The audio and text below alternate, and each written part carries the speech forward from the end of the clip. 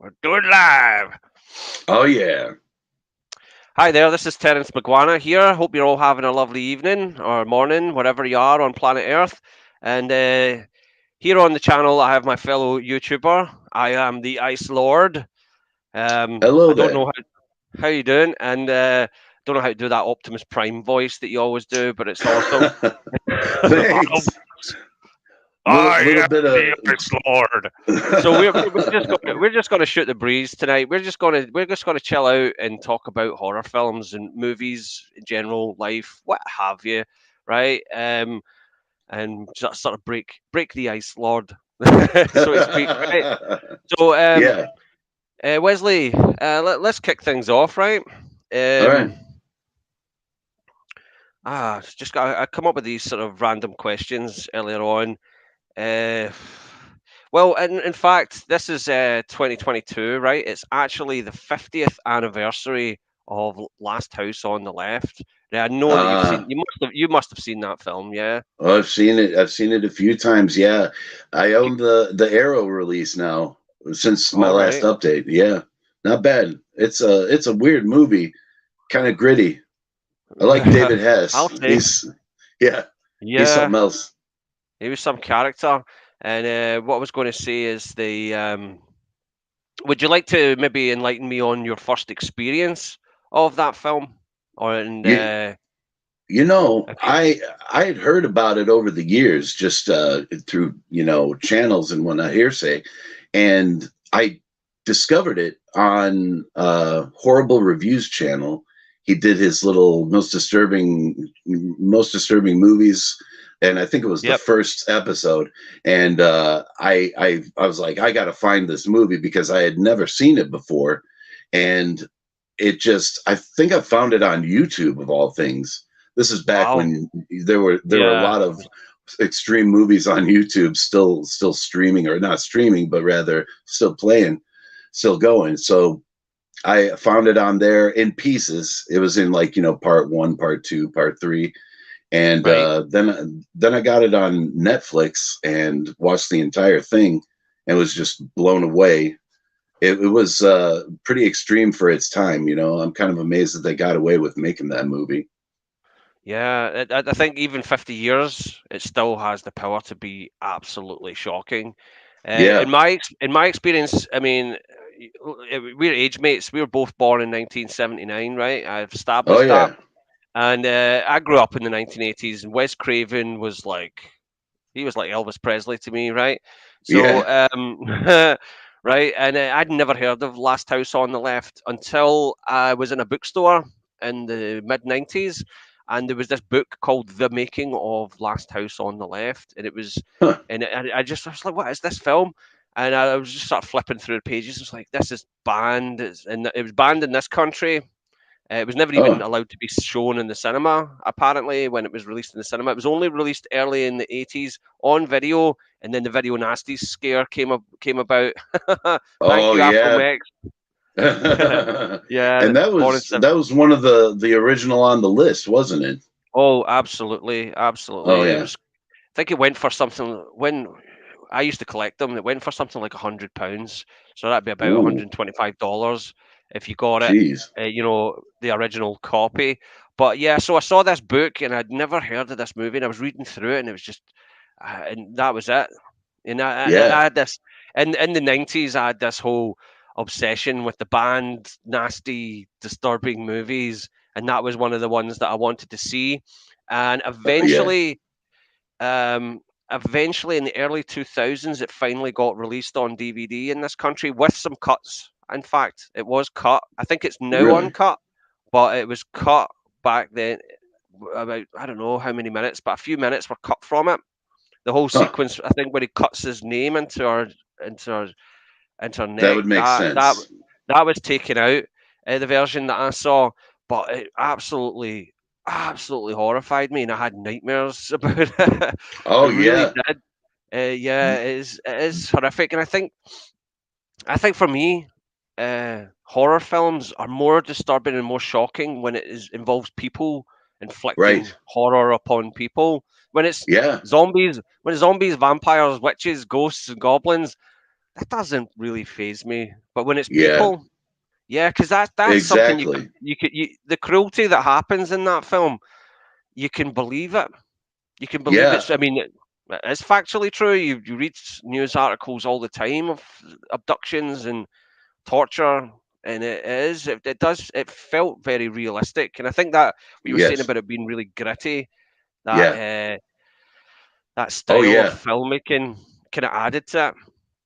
Oh But boy, yeah, it was so real, and that is the horror element of that movie, is that it's so real and it could happen. It has happened, and it's just, someone decided to capture it on film to, and a lot of that plays off on the August Underground trilogy and whatnot. Like, I don't, I'm not saying I recommend watching that or anything, but that's another example of, some really real gritty, put you off of violence type movie.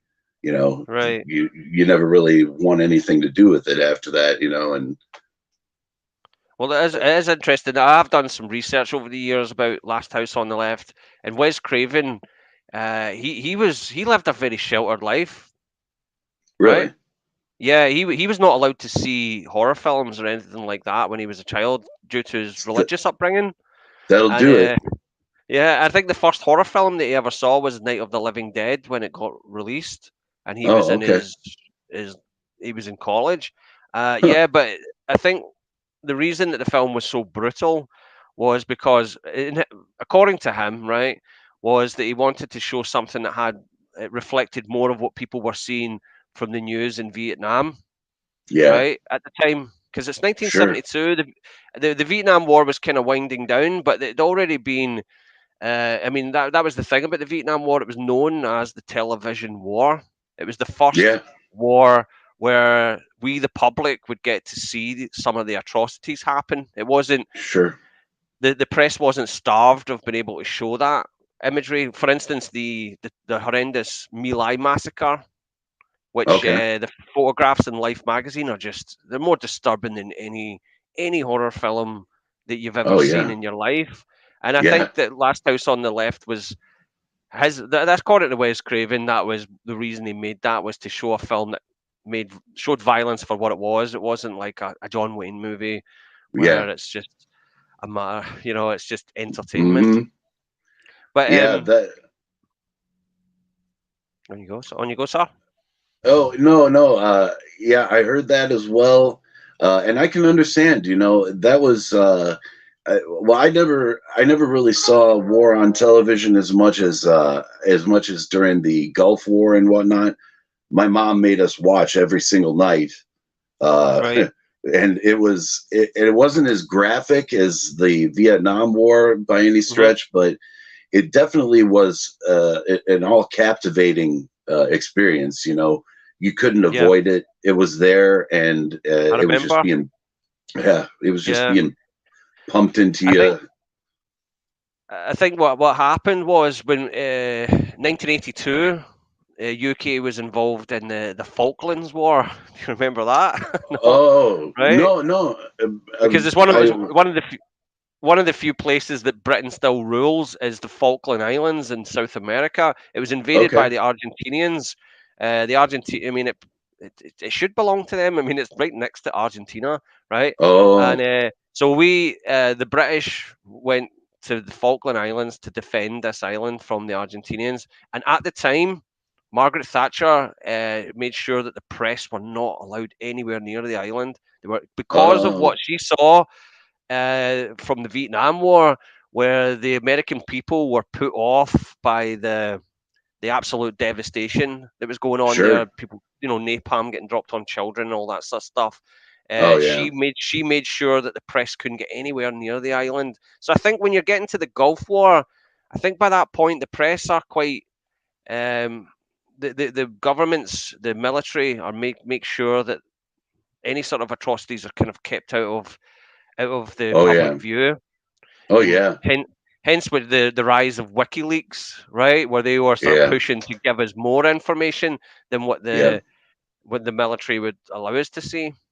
It Yeah, almost seemed as though the media was running the show, when it came to that war. I mean, they had specials, you know, they, what was it? President Bush drew a line in the sand. And that Yeah. was the name of the show. And I was like, this is just weird. How did they coordinate this with the military? And, you Yeah. know, it Mission was accomplished. surreal. The big mission accomplished, where he was on the Yeah. aircraft carrier and he had the big bomber jacket on. It was, Yeah. yeah, it was almost like, yeah, it was like Wag the Dog, that kind of Yeah. sort of satire. Yeah. Yep. But yeah, one thing that's, I mean, I just find Last House on the Left a really hard film to watch, and it made me feel massively depressed. I mean, do Yeah. you? I know that you've probably watched a lot more disturbing cinema than I have, just judging by your videos and comments and what have you in the past. Yeah. Uh, Maybe. what is it? What is it? What is it that draws you to these films? I No, guess, you know, honestly, the real pursuit for me is good practical special effects.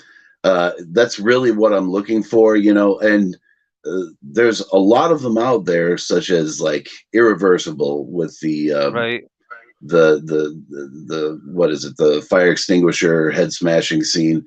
that Oh, was that was pretty real, it seemed, you know, obviously not real, but it was they were trying to be as real about it as possible. And yeah. I can respect people that use practical special effects, and ones that I can't figure out how they did the effect, you know. Right. That's the most amazing thing. And there is something to be said for disturbing subject matter. I like something that throws me for a loop, you know. You know, seeing the same thing over and over again kind of gets boring and whatnot. But now, Yeah. Okay. with a lot of these films, they've almost fallen into the category of repetition, because it's all been done already, and they're just Yeah. trying to outdo themselves with shocking material, you know.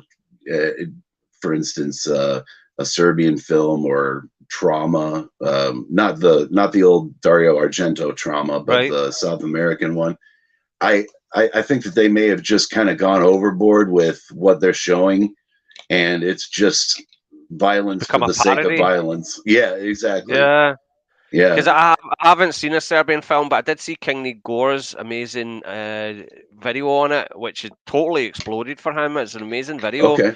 and I Yeah. found it quite hard to watch. I even complained to him on Instagram. I was like, Yeah. "How dare you?" And he was like, I put a warning at the start of the video, right?" Yeah. And I was on him like a vampire, like, because I found it really shocking. But he'd broken it down.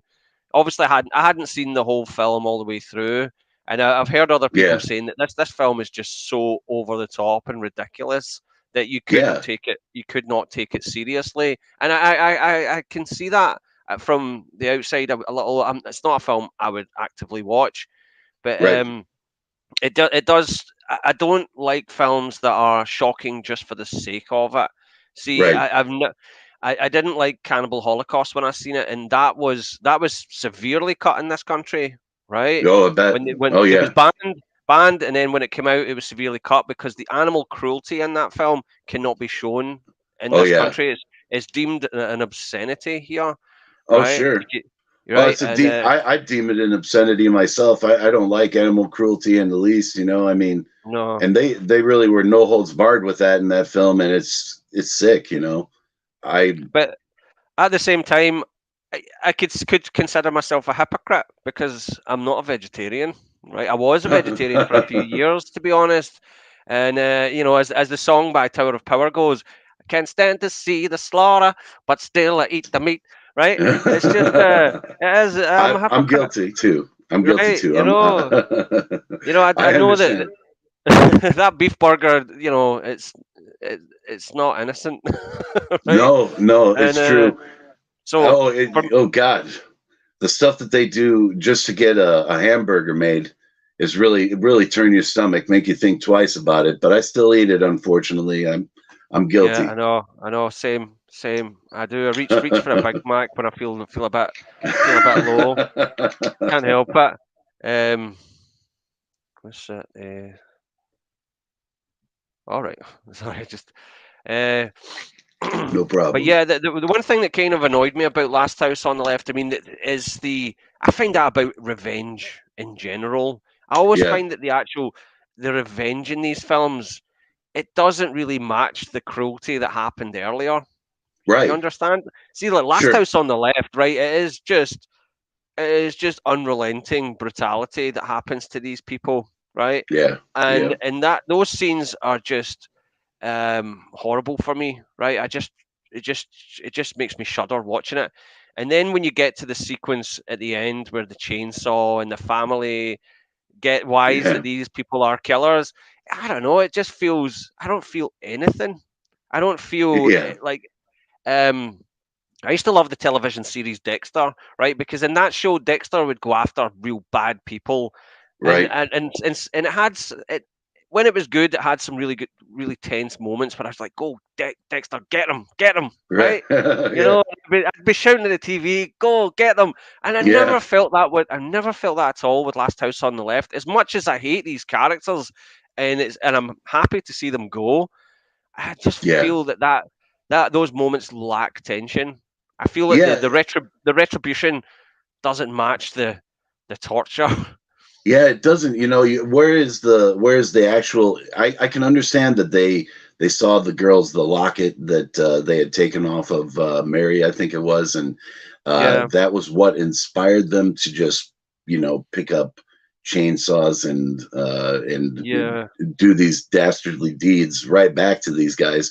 These are just regular people. Where are they inspired to do something like that to become just like them? And yeah, it does kind of it doesn't make them as innocent as they were originally. Brings them down to the killer's level. Whereas I can understand that in retrospect, rape is a terrible thing, and a lot of people seek revenge after a rape happens, just in real time in the real world. But I don't know if they all. I'm not sure if they would really get the same satisfaction out of it as the people in like Last House and on the Left. yeah, Were they really that pleased after all? Was it did it yeah. really get them what they were looking for? I suppose it's that old adage of he who takes revenge digs two graves. Yeah, Because you're yeah, basically digging your own grave, taking revenge. yeah. That's why I love Bad Lieutenant. Speaking of disturbing Oh, movies, right? yeah. I absolutely adore Bad Lieutenant. And when it came out back in 92, 93, when it got withheld on tape for a long time in this country, right? Another one, this country was so Uh, wrapped in cotton wool. But that's a Bad great movie. Lieutenant, oh, it's amazing. That I hated it when I first saw it. I absolutely hated this film. But the way that Harvey Keitel has this retribution at the end is just fantastic Oh because yeah.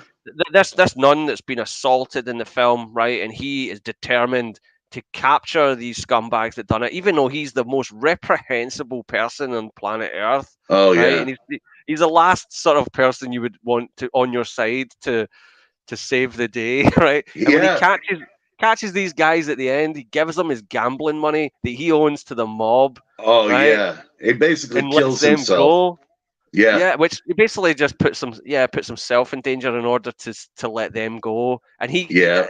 in the eyes of Jesus Christ, because he does actually hallucinate Jesus Christ at some point. In the eyes Yeah. of Jesus Christ, he is completely absolved of his sins, Right. and right, But and he's that so it's in such pain, like that noise that he makes after he lets the kids on the bus, like like what the fuck?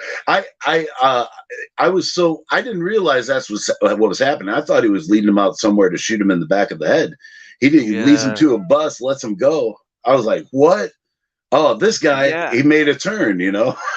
yeah, a big turn, and that's the thing. I feel, Spoilers. I feel, yeah. I feel more emotionally engaged in that than I do with Last House on the Left. All right, Yes. they've got the chainsaw out, and that's what it's so ridiculous. If you were really wanting to take revenge on people, right, you might just Yeah. want to pop them in the back of the head or whatever, right, or whatever way Right. you can kill them. But the Yeah. chainsaw and all that, it's a bit show offy. It's a bit tacky, and Yeah. especially when the Cartoonish. films it's cartoonish, especially when Wes Craven is saying, "Oh yeah, I wanted to do something that captured that realism of the Vietnam War." Nah, nah, Yeah. that's when it falls into exploitation for me. And also when you've got those terrible police officers, Yeah. the buffoons that cuts away to Bumbling these buffoons. idiots. Yeah. Yeah, Martin Cove is one of them. Yeah, the Crease Oh from yeah. Karate Kid. Yeah, I know. As yeah, I think that's what kind of shoots down its legacy Yeah. as a really gritty. Um, I mean, it is disturbing, but I think it will never be up there with something as a great film like Bad Lieutenant. I think Yeah. because it's a mixed bag. I think Last House on the Left with the silly comedy and I Yeah. think the retribution is a It bit really does remove something from it, the comedy aspect, you know. I mean, I wasn't laughing at it. It just happened to be in there, you know, but Bad Lieutenant might be off chance unintentionally funny. Just the way he deals with people and how audacious the guy is, you know. But that's a real film, you know. I mean, that seems a yeah. lot more real and down to earth than, let's say, Last House on the Left. Um, and So surprisingly written by a woman as well, Bad Lieutenant Zoe yeah, wasn't Lund. that Zoe Lund? Yeah, she Yeah, was from in that movie. She was his freebase partner or something. that's right. She was Miss 45 Yeah, I as got that well. too. I love Yeah, that film. I've still Uh, not seen it. I just recently watched Lady Shasha's review of it, and that made me think, oh yeah, I've not seen that Miss 45. I'll need to check yeah. that out Well, because you I do know, like. that's an example of a movie where the revenge is a little more deserved because the actual victim is like kind of like an "I spit on your grave" or something like Uh-huh. that.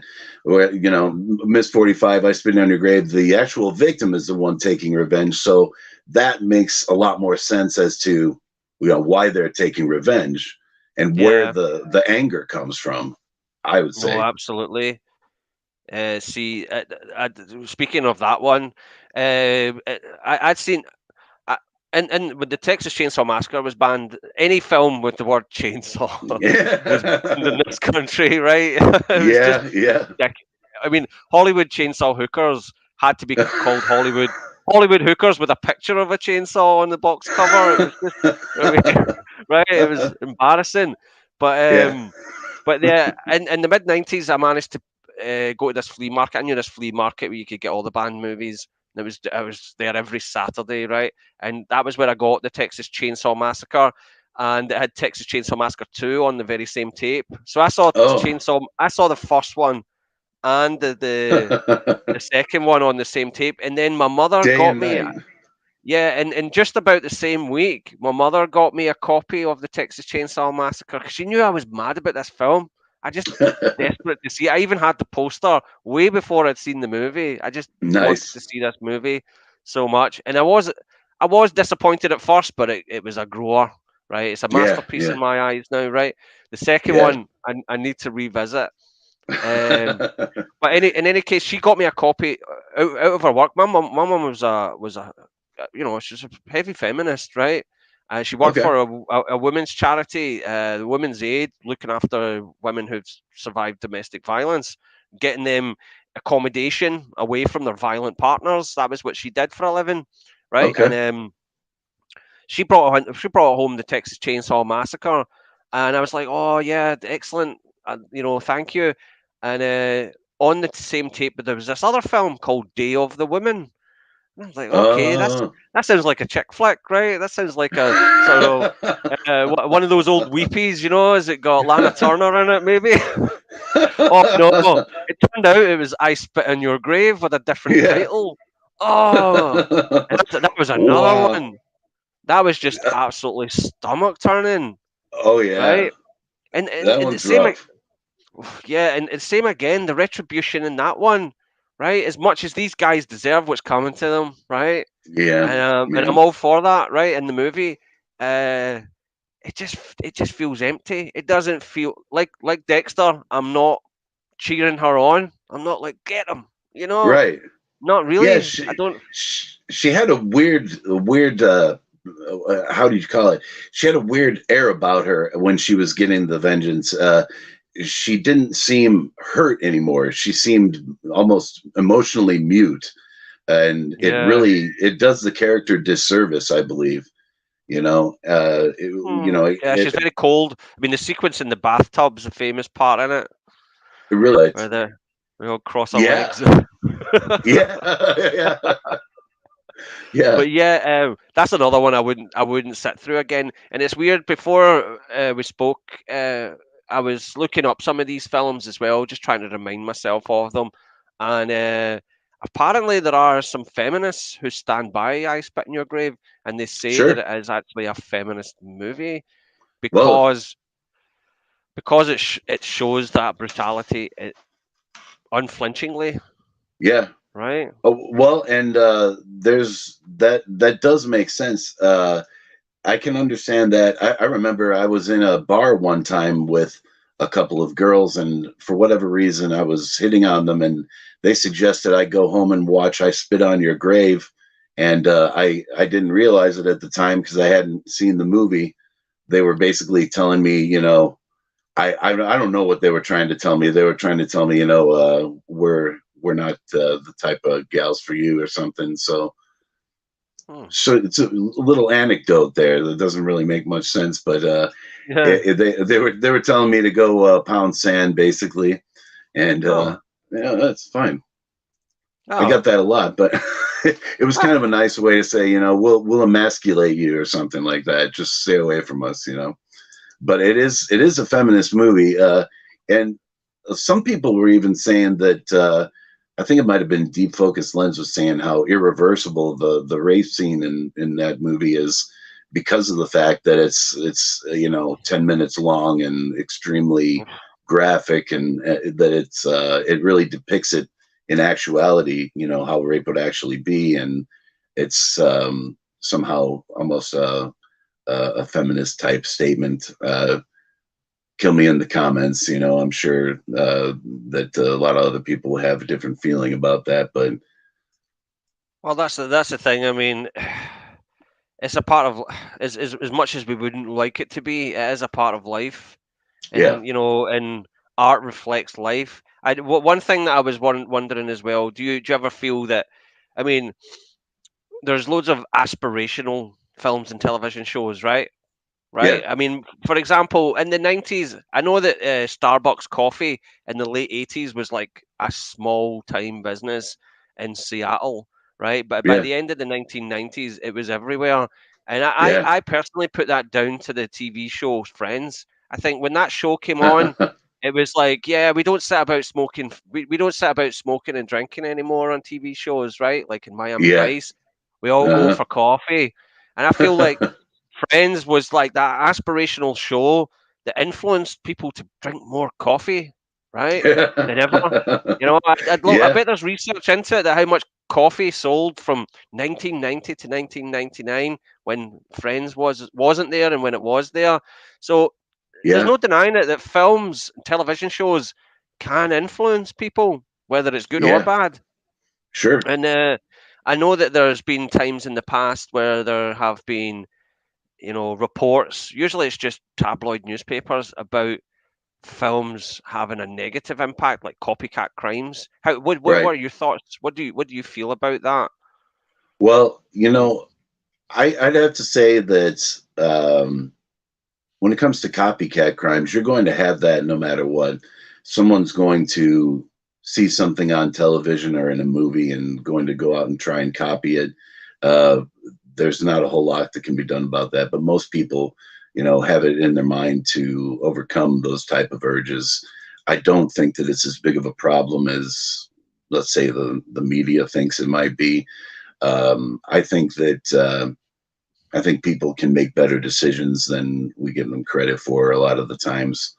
But there are some people that are just looking for inspiration in these type of media. Uh, I don't. Uh, I don't think that, for instance, the Dark Knight was an inspiration for the Colorado theater All right, shooting. yeah, that was That horrible. guy, that guy already had it in his mind to to do a mass shooting, and he hadn't seen the movie yet, or maybe he had. But either way, he was using the fact that it was a theater Hmm. gathering of people to cause to do his mass shooting. I don't think it was the movie that inspired that. It was just his platform for getting, knowing there was going to be a lot of people there. And the same thing for a lot of these mass shooters and such. I don't think that we can blame movies and media for the ills of society. Like you said, it's a reflection of, of real Yeah, life. It's we're more inspired to create movies based on the happenings in real life than anything.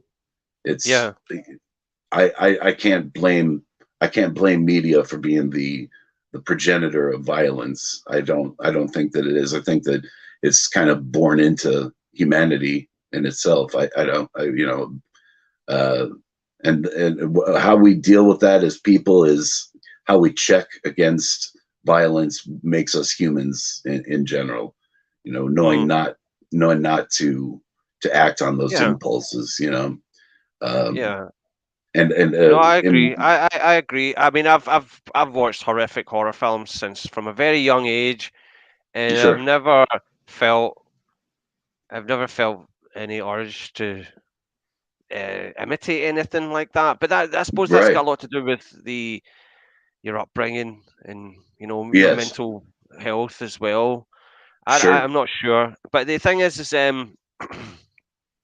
uh, what was I going to say? Yeah, I mean, you're living in the United States, right? And I do appreciate that you guys have, you know, certain. I don't know what the rules are in your state, but with gun control, right? Sure.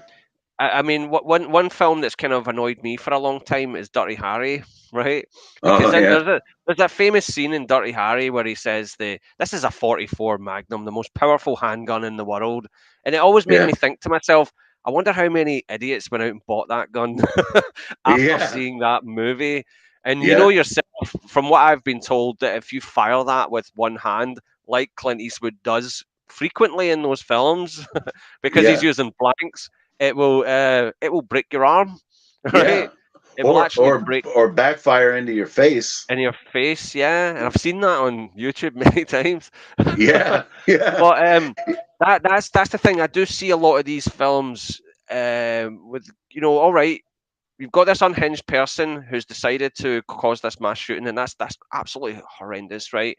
Yeah. But I think that the films themselves they do advertise weapons that really I don't Yeah. think they should be in the public, and that's just for me. I mean, I live in a more sheltered country. We done away with handguns after that shooting in 1996. Yeah. Some paedophile went in and shot a whole school full of children, right? And that was it. Handguns were Wow. completely and utterly outlawed in this country. Yeah. We still Yeah. have the occasional thing, and Yeah. it's rare. It's rare there's any sort of gun violence here in Scotland, right, or the UK for that matter. Um, Well, that's but good. but yeah, it's good, and I do feel a kind of responsibility, not as a yeah as a content creator actually, because I made a mixtape of Death Wish, right? Just all this sort of shooting scenes from Death Wish, just to kind of show how Yeah. ridiculous Yeah. those films were. But Yeah. I was talking to this Really. lady from yeah, I was talking to this lady from New York, and she was talking about the gun violence and things there, and it just got me thinking. I just thought, I think I might take that video down. Actually, I think I'll just Oh, take it down. Yeah, I'll private it because I don't know. I just feel that a lot of these films they do glamorize it in some way. I just, Sure. to an extent, guns in films. I know that they're a very cinematic tool, and they go Yeah. all the way back to the Great Train Robbery in the silent era. But Uh, yeah, I just feel that a lot of those movies are like advertisements, especially Death Wish 3. Death Wish yeah. 3, which was filmed in England, weirdly, right? Canon Really? Films again.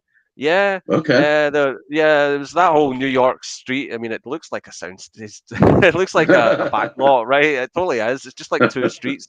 But the 475 Wildy Magnum that Charles Bronson gets in that film. I mean, Yeah. he must talk about this gun about 4 or 5 times in the movie, right? Yeah. And in fact, if you go onto YouTube and type in Wildy, the gun manufacturer, um they have a video where it shows the scene from Death Wish 3 where he shoots this black man in the back who's robbed a camera from him, and Oh that's yeah. what he's robbed a camera from him. That's what Charles Bronson does. He tends to Yeah. shoot people in the back a lot of the time in Yeah. these films, right? Which is Yeah. kind of mean. And then he shows you that clip, and then here, oh, I'm the guy that made this gun, and let me sell you this gun. You just showed a clip Yeah. of a black man being shot in the back, and now you're going to sell me a gun. I swear to you, it's on Yeah. YouTube, and it's from Oh, way I back believe when, and that just That's kind of sickens messed me. up. Yeah, that's kind of messed up. I got to admit, using Death Wish 3 footage as, your selling point for your firearm, probably in bad taste, especially Death Wish is almost in general is just kind of like a torture porn for action fans, I guess. Uh, I, I, I got to admit, I'm not necessarily I'm not against guns per se, but I do see a lot like of the gun violence happening in Chicago, and oh boy, every weekend, hundreds of people are gunned down in the streets of Chicago, and they're outlawed in the city. So I don't know how exactly that works, where they've outlawed guns entirely, and yet there are still hundreds of shootings over each weekend, My and goodness. it's not really put on a national level as far as the media is concerned. Not for whatever reason, it's not broadcast like hundreds of people were killed in Chicago this weekend. Mm, Only these police shootings and such. And to be honest with you, I've always known that if you mess with the police, they're probably going to find a way to shoot you, especially if you run from them, or if you fight them, or they're looking for a reason to shoot you. And yeah, it's kind of a tragedy what's happened in America. uh, I think the police have gotten a little too hot-headed, but there is something to be said yeah. for the glory. How would you say?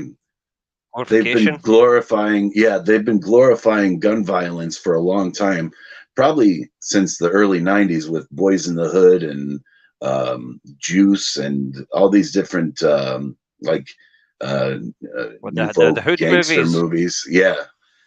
Yeah, Yeah. they took it to a new See, level. I wouldn't say Boys in the Hood. I think, but Boys in the Hood for some people is quite misunderstood. I think that is a really peaceful film. I think that Sure. is, to me, that is like a hippie movie. I Yeah, love that film. I think it's I do too. beautiful. I think the film is incredible. I think, and for me, it is the best film of the 1990s. And John Singleton was an absolute genius in writing and directing that. I mean, he's probably the greatest debut since Orson Welles with Citizen Kane. Oh, Seriously, sure. and I love and that was the first film. That was the first time I'd ever heard the word gentrification.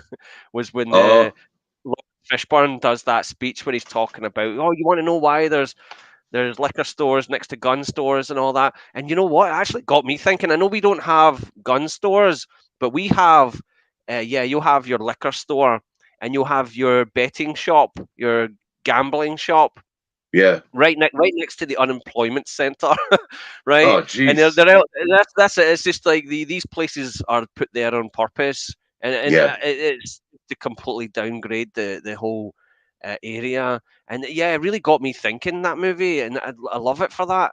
It's I Well, think it's a I masterpiece. do. I agree with you. I like Boys in the. I love Boys in the Hood. I've seen it a number of times. I don't discount it as a film. It's a great work of cinema. It's just that the gun violence that surrounded the Right. playing of that movie in theaters.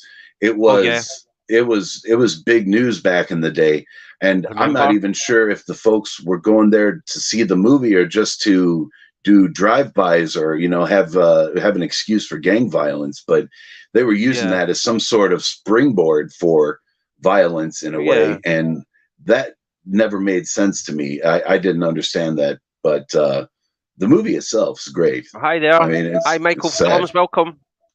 Anything you want to ask in the chat about movies and such, we'll quite happily answer it. Also, but you know the strange thing?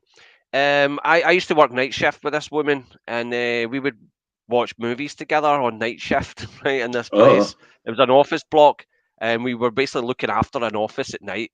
Great setting for a horror film. Honestly, there was some creepy yeah. stuff that happened there.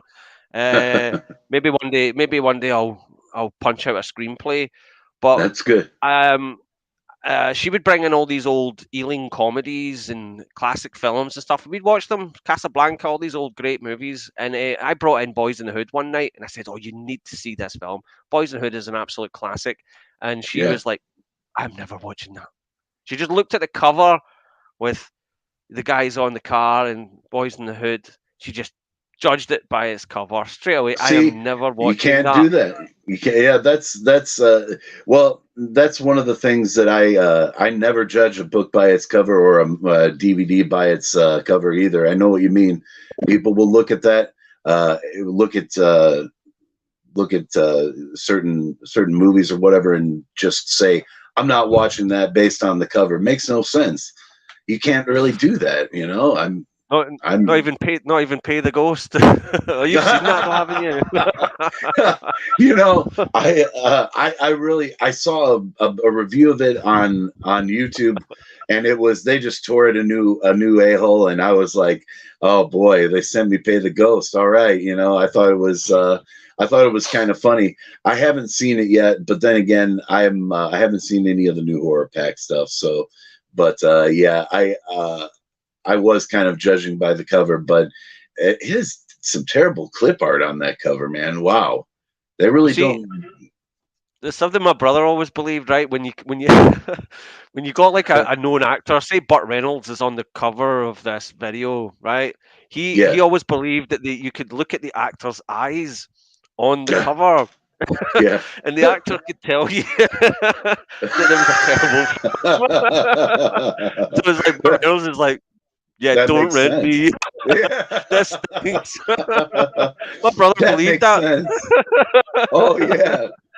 And there's a certain truth to that, man. There's a certain truth to that. I don't know if it's just something that they know when they're doing the promotional photographs. They're just like, please don't watch this, but yeah, they do It's not tell like you judging the anyway. book by the cover. It's like the cover is judging itself. Yeah. Always like that. Yeah. Oh But, Lord, that's funny. but yeah, I really felt bad. That's her loss. That is her loss. Yeah. She is missing herself not seeing Boys in the Hood. Oh Honestly, yeah. it is It's a it's great an movie. absolutely incredible movie. But we're all guilty. I'm sorry. I respect that you're not guilty of that, but I am. I do look at the cover of certain things and posters, and Oh sure. that's why I hate Well, about Netflix. When he goes, sometimes that's all you got, if mm, if a cover is truly horrible, you can kind of tell that there wasn't a lot of effort put into it, I mean, but Boys in the Hood, that's not a bad cover, I mean, it's oh I think I spoke more of that lady's whatever she had going on inside her head, yeah. so She probably saw House Party, didn't like House Party, and thought that's House Party too, right? yeah. Yeah, you exactly. know, that's your loss for not liking House Party. House Party's a classic as well. Which is Yeah. funny. I mentioned yesterday that there's a remake of House Party coming out this summer. Can you believe that? No. Who would replace Kid and Play? They're not in it, and Yeah, unless they're gonna have some sort of cameo or something. But it's they've HBO gotta. Max. It's going straight to HBO Max, and Oh, I mean, don't you think it's kind of in Hi, Natty. Um, uh, don't you feel it's kind of inappropriate to make House Party now? yeah, You know, it uh, doesn't feel right. It just doesn't feel right. That was kind of a yeah, timepiece, you know.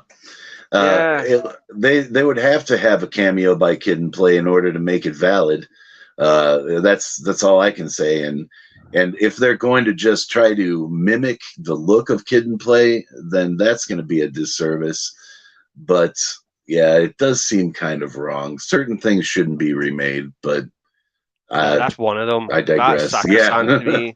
It's just yeah, so 90. The movie just bleeds 90s, right? yeah. Oh You know, yeah. it's like it's Oh, it does. yeah, I'm loving it, Natty. It's great being live. Don't have to sit and remember things. just just go for it. Really great. And Yes, sir. but yeah, anybody want to connect with me and the Ice Lord? I've left a link in the description to the Ice Lord's channel. It's a really absolute gentleman, as you can see right now, man. It's really Oh, lovely thank you, chatting with Terrence. you. Oh no, I Yeah, mean it's it. been great talking to you, man. I woke up today late and I was like, oh man, I saw your message. I was like, oh, he probably doesn't want to go live today, does he? And then I found out you did, and I was like, oh crap, man. I started getting the butterflies and stuff. I was like, oh oh no. nah, but it's all right, man. I can take it. I mean, what can I say? It's good to be live with you, man. I've been looking forward to this. Well, I It's appreciate that you were feeling nervous because in my experience, nerves mean that you care, oh right? yeah, man. Oh Yeah. yeah, But if you're not nervous, then you couldn't give a jot. right. Not to, right? And Yeah. that's it. If you're nervous, it means you actually do care, and I appreciate that. Thank you Oh for yeah, being man. nervous. Yeah. Is there any? Would you say what would you say that you enjoy most about exploitation cinema, old and new, of any Oh era? well, I got to admit, I don't know. Exploitation cinema is like I was saying before. It's all about effects for me. Whether they can execute a good practical special effect without cuts and Right. without um, without cutting away from the action itself. That is impressive to me. And you only seem to get that in a lot of your exploitation or gore films. Uh, I I'm not really into the subject matter of exploitation films, so to speak.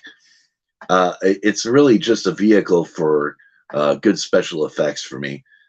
Right. I hate to be boring like that, but No, you no. know, But well, if you'd like me to interject, sure, what I love about exploitation cinema, mainly from the past, I find a lot of the sort of new stuff, this sort of, and this is coming from a place of ignorance, right? I don't watch a lot of modern low budget cinema, right? It yeah, it has to be forced on me like Blair Witch or Paranormal Activity. It has to be yeah, a phenomenon for me to actually get it right. But in yeah, the old days, the old stuff, the Roger Corman era, as I would call it. What I love about that type of cinema is you don't know what you're getting. You really don't know what you're getting. yeah, When you go to Hollywood films, right? Marvel have you. It's cookie cutter. yeah, It's the three act structure, right? Where you've got you know what you're getting. You can pretty much smell the turning point where the characters are going to get from A to B. Whereas yeah, you watch something like Death Race 2000, right? yeah, Right, which to me is yeah, an absolute classic. That film is mental, and I yeah, love how mental it is. You just don't know what's going to happen next, right? In that film, yes, and it really takes crazy turns, or even something as bonkers as Eating Raoul. Same yeah, director, in fact, was it Paul Bartlett? Yeah, yeah.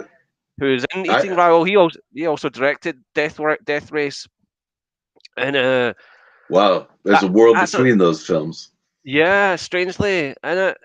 But that's yeah, he got his start as I mean, everybody got their start with Roger Corman. Roger Corman is like he pretty much birthed some of the greatest directors and producers of the 20th century in American Yeah. cinema, at least, right? Oh, sure. Um, but yeah, that's what I love about exploitation cinema is you don't know what you're gonna get. The film could go any way. It could completely take a complete and utter curveball, Sure. right? It could and throw you an absolute curveball because they can afford to. They don't have to, as I've said before, they don't have to sell you a lifestyle. They're not trying Yeah. to get as much product placement in the movie Yeah. because they can't get it anyway, right? Right. Coca-Cola doesn't want anything to do with Death Race 2000, right? Right. So you don't need to worry about that stuff. It feels it's more like raw cinema, real cinema. These Yeah. people they can't afford to do multiple takes and Yeah. have weeks of rehearsal where all the actors meet up and they do a big read round the table. They can't afford that. They just show up on the set. They're told to bring their own clothes, right? Yeah. Get on with it, right? Yeah. And that's what I would say. One of my all-time favorites of that lot is Larry Cohen. Larry Cohen was a real down and dirty film director that would just, we don't have a permit. Let's just go shoot it, right? Yeah. Have car chases in the street.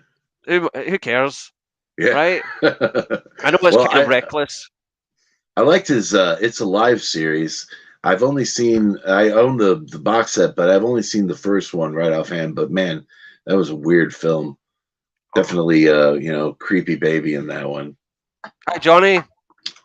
Nice for you to turn up, man. We were just having a sort of impromptu chat about movies. My my special subject on Mastermind. But yeah, the it's Alive is a lot of fun, and I think I like how it had a kind of it had a slightly political message. No, I wouldn't say Yeah. political, but there was. I mean, we had in the '60s, you had the thalidomide scandal, Oh right? yeah. Yeah, with Yeah. the what was that morning after? It was to stop pregnant women from Getting being sick, nauseous or something. Yeah. getting nauseous. Yeah, and I've met people who were thalidomide babies in the '80s and stuff like that, right? When they were adults, because Oh obviously wow. they had deformities from that drug, and yeah, I think It's Alive was kind of Larry Cohen's sort of horror movie sort of version of that, because I Yeah. think that's the reason why they're giving birth to these mutant evil children is That makes sense. because of some drug that they're given, and that I think that gets played out more into the sequels as well. Uh, but yeah, he was always about that. He would always put a little bit of social commentary into his horror films. The Stuff is an obvious one, right? With Yeah. the with this yogurt that controls your mind, right? I love the stuff. And the That weird movie thing, is fun.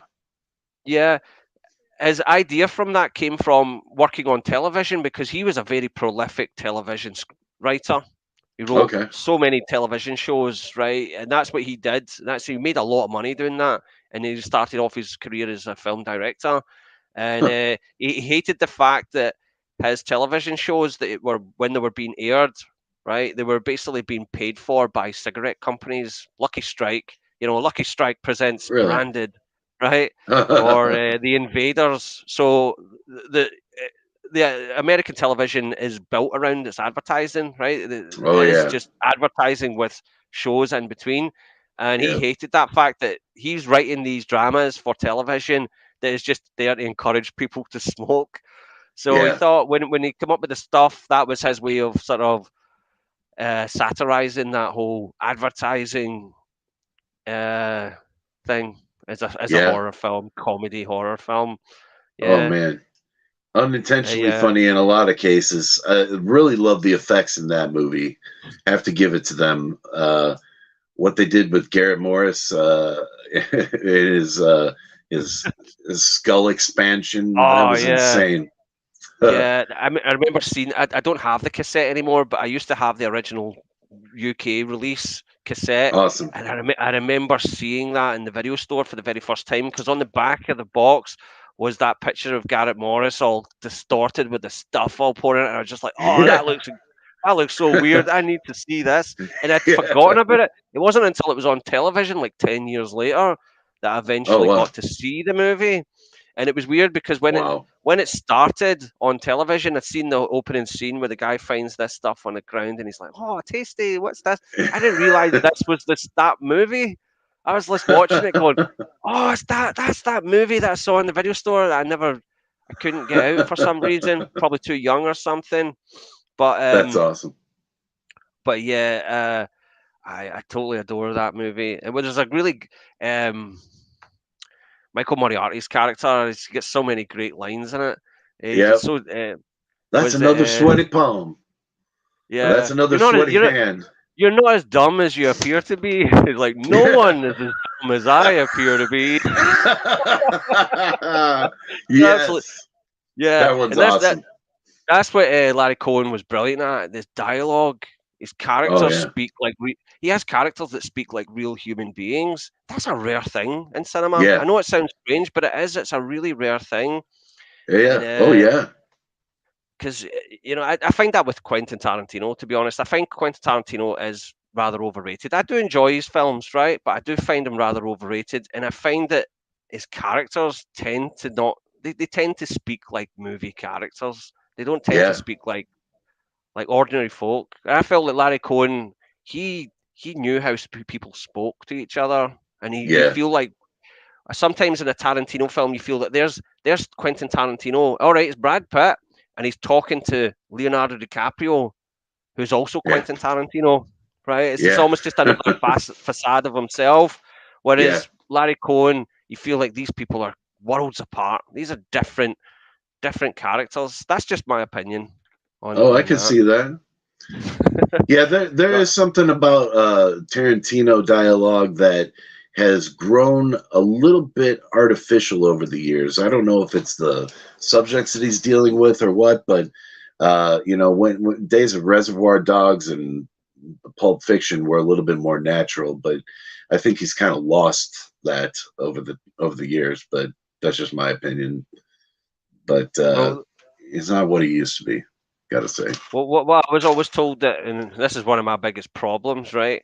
I went to see John Sayles do a talk. He wrote Alligator, Piranha, um, Battle Beyond the Stars, and he's also a very highly accomplished film director in his own right. Lone Star, Matewan, great director, and he he did a talk here in Glasgow, and I asked him. The Howling. He wrote The Howling as well. I asked Oh, him, "Is how do you write such incredible dialogue?" Because he is actually a really good writer, and the characters in his films, even in Piranha, the characters in that are brilliant. Especially, I love the female character in Piranha. She's a total hero in that. yeah. She's a great sort of feisty character and intelligent as well. Very rarely do you get a B movie where the female lead is intelligent, and in those Right. days anyway. And Yeah. and John Sayles said to me, and I asked him, I said, "So how do you write these incredible? How do you write that great dialogue?" And he says, "All you have to do is listen to people, right? Yeah. All you have to do is listen to people."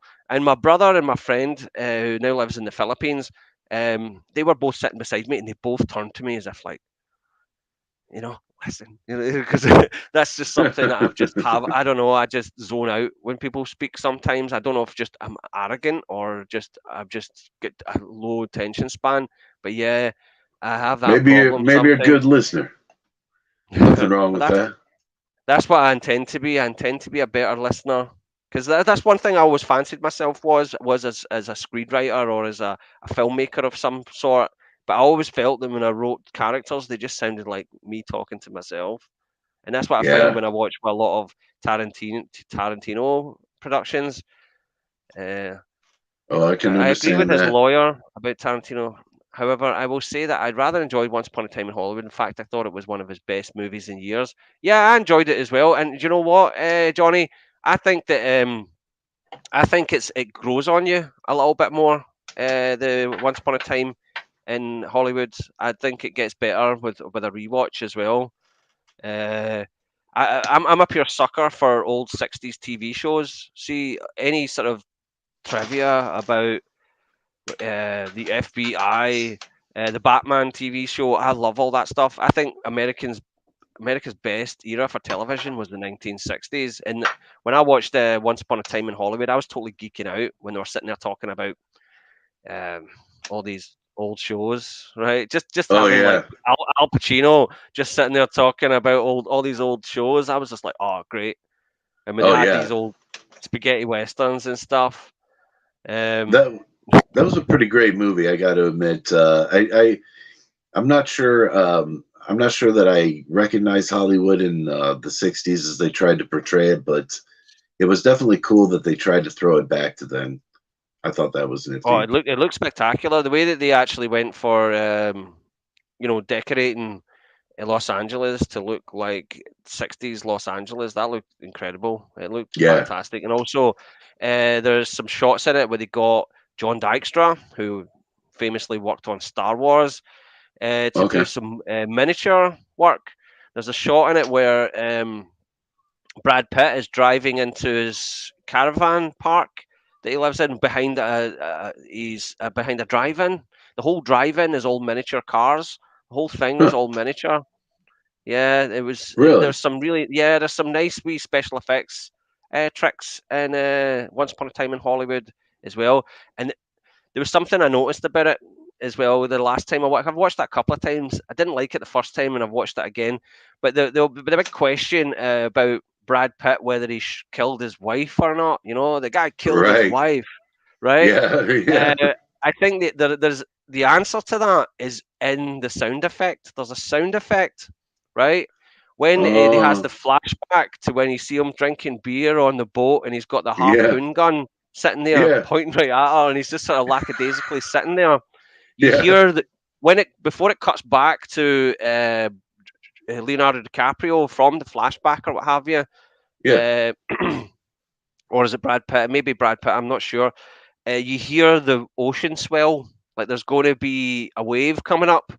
So if he's sitting there half Oh. drunk with this harpoon gun pointed at his wife, and a wave comes up, he's going to accidentally shoot her.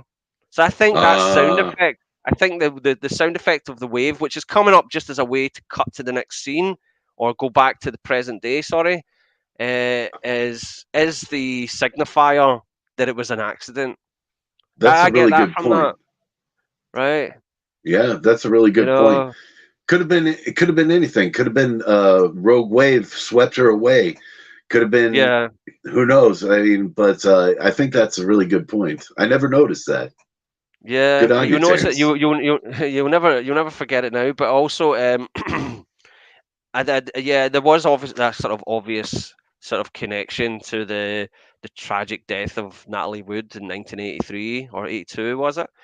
Yeah. 82. Yeah, Well, I I don't know know. when.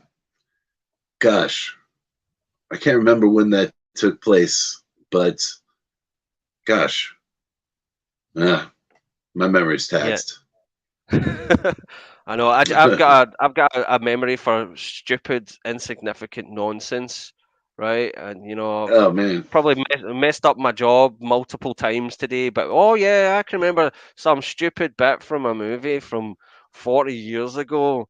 Just absolutely pointless. I've always been like that. It's just ridiculous. Um, It's weird. It's weird how memory works like that. I know exactly what you mean. I can remember anything as long as it's useless. yeah, that's it. Yeah, but I mean, I take it you've got quite a vast knowledge about cinema as well from you've got quite the Well, collection. to a certain degree, I mean, I probably know the horror genre more than anything, but I am a big fan of comedy and action, drama and whatnot. So I really have a better understanding of actors and how they all the different movies that they are in and whatnot, and how it kind of spiders out into various movies and their connections there. But my daughter always makes fun of me saying that I can boil it down to I can boil any actor down to what X-Men movie they were in, or what what character they what character from an X-Men movie that they were related to or something like that. But Yeah. I'm not I'm no professional. I got to admit, I only have a quasi encyclopedic knowledge of film, and it only starts around the 60s and 70s. Right. I don't have a great understanding of early 20th century film, although I've seen a few of them. Hmm. Oh, well, It's me hard to too. say. Honestly, I'd probably say I've just got sort of stronger subjects. And to be honest, there was a whole period there of about 5 years where I never watched a horror film. I mean, in my youth, wow, horror films were the thing. And I think it's to do with my partner. My partner can't stand horror films, right? Even The People Under the Stairs, I could not get her to watch The People Under the Stairs, which in my book is quite a tame horror film when it comes to Sure. the horror elements to it. And I thought you'd love this. You would honestly love this movie, Yeah. right? So still Yeah. to this day, cannot get her to watch that film. And so I've because of our relationship, I've not watched a lot of horror films. It's only from getting into YouTube, and a lot of these YouTubers have introduced me and sort of revitalized my love for horror, and it seems to be growing. It seems to be That's cool. growing a bit more. I mean, I would say about a year ago, when you're talking about disturbing films, I Yeah. would say, oh, damn you all, you're all evil for enjoying that. You're all part of some evil witch's coven, right? But now I'm more on the fence about it. Now I'm actually kind of seeing, yeah, these films, in a sense, it's not just a way of pushing your boundaries of what you can take. Like this, I thought that in my day, I thought a disturbing movie is like an endurance test, right? Yeah. Now I think Yeah. it's just drama like anything else, Yeah. right? Like Oh, Deliverance. Deliverance is one of the most disturbing moments in any film, and oh I yeah. think that's an absolute masterpiece, Oh right? yeah. And I wouldn't change a frame, right? And Yeah, I that's a do really think that good one. having moments like this in films can have value. I just, I just play complete ignorance to say, well, these ones they're just made by sadists. I mean, that All one, right. that's sale. I don't want to go into any detail about this one to upset people, but that's Salo, right? I am never gonna sit and watch that, right? Yeah, yeah, I can't blame you there. Right? The director was killed shortly before that movie was released, and they believe that it might have to do with either him exposing something in the Italian government or possibly his Right? misuse of some of the characters or actors. Really freaky story, but I Hmm. guess Pier Paolo Pasolini was a bit of he was a strange one to begin with. So he might have had it coming. Hard to say, but yeah, Well, that you'd be fine not to watch that movie. You'd be a better person it's as a kind of, result. when people think it's bad to win a Razzie, right? No, getting killed for making a movie, that's probably worse. Yeah. But, but Yes.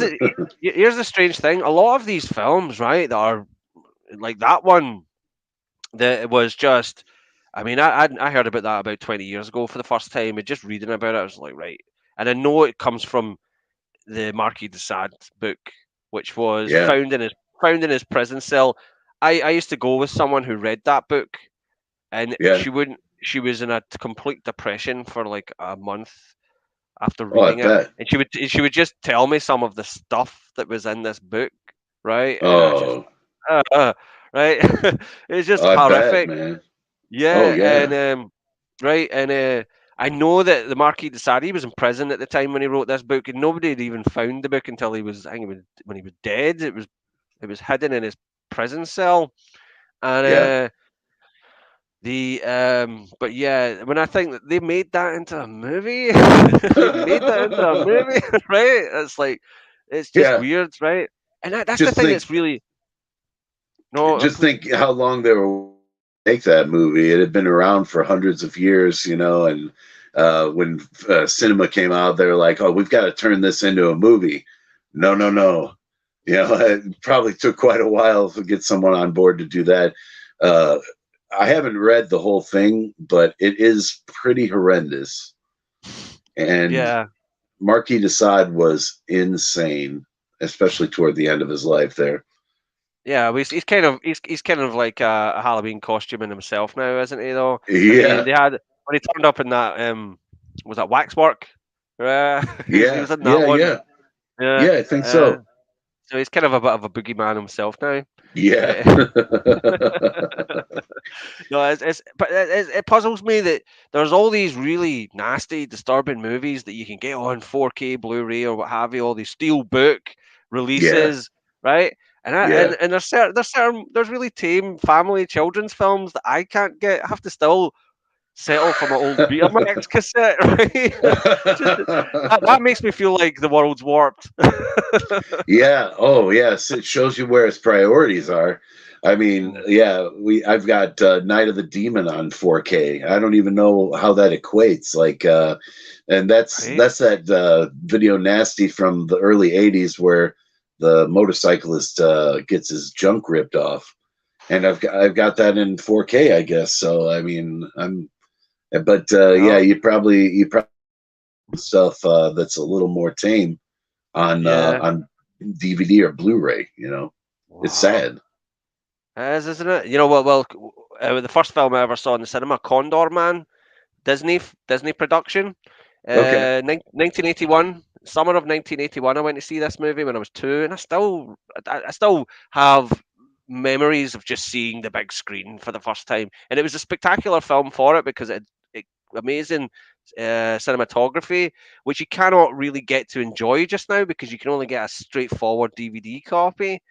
There's Yeah, no 4K, there's no Blu-ray, and it doesn't even get played on Disney Plus, the company that made huh, this movie, right? Okay, that doesn't make sense.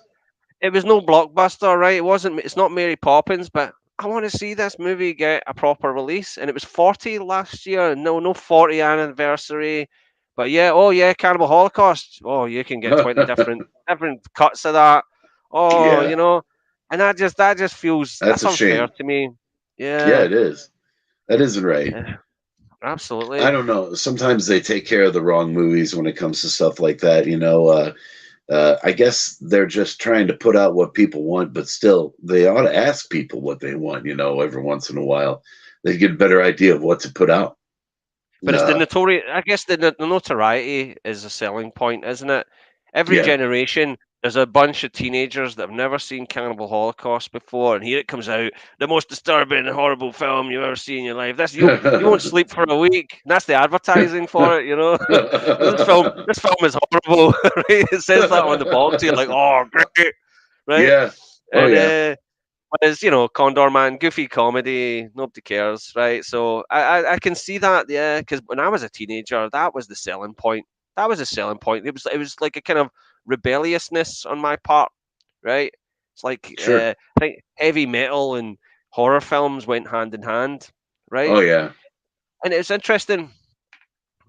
Sorry, I seem to talk so much, right? I apologize for that. Oh no, no. It's cool.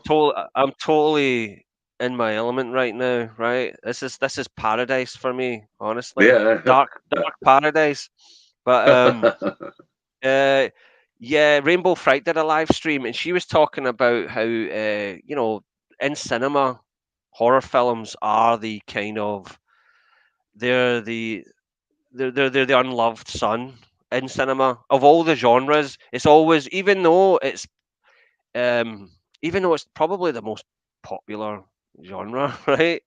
It Right. just always, and I think it maybe comes from these films. I think it's because of the disturbing, nasty ones that I think are like an anchor that holds horror back in the Yeah. eyes of the eyes of the masses, right? Because Yeah. you and I know that there's so many subgenres within horror, Oh right? yeah. Oh man. Right? It's countless, and Oh yeah. but at the same time, I think it's these kind of films that kind of hold it back. And I think there was that time in the 80s and 90s where it was there to be enjoyed by sort of heavy metal stoners.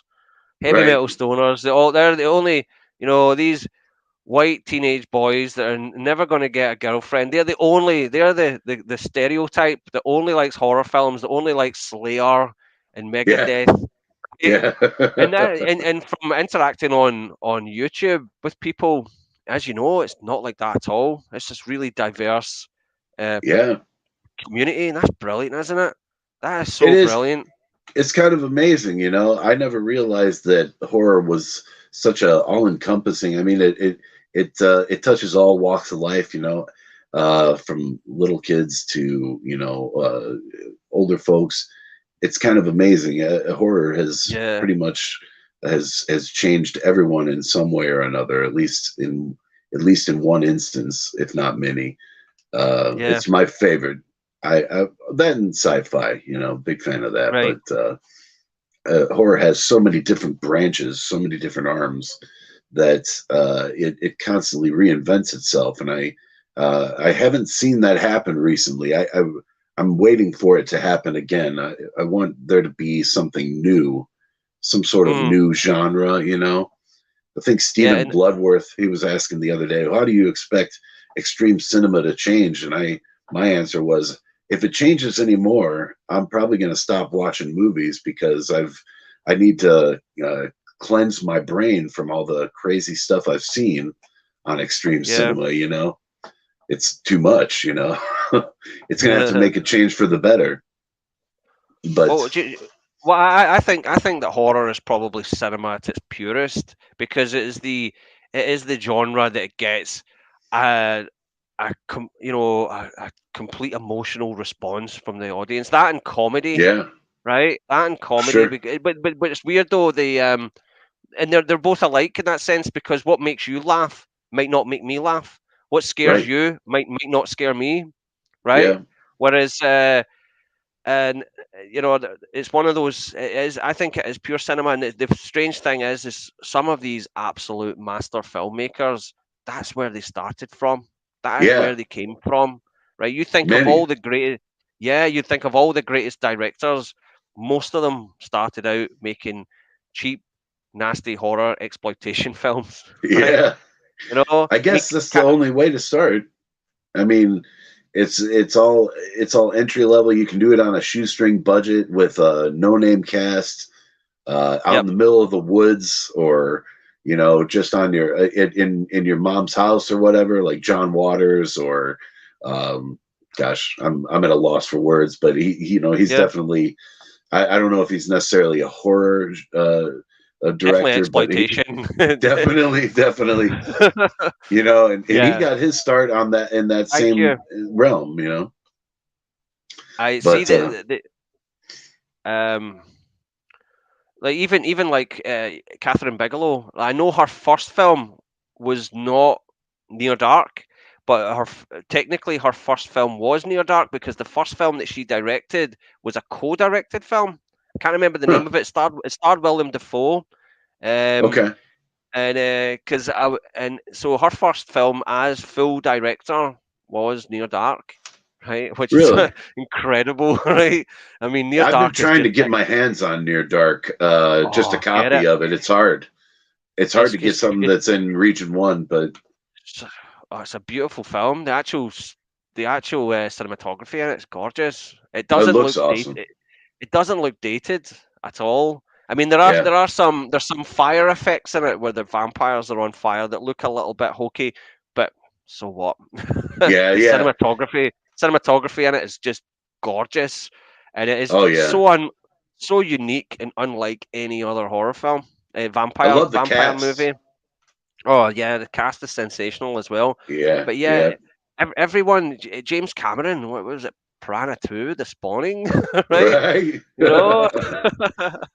Although I Yeah. saw the trailer for Avatar 2 today, and I was kind of thinking to Oh. myself, I need to watch Piranha 2. I've never seen that. Yeah. See Not how a far big, he's come.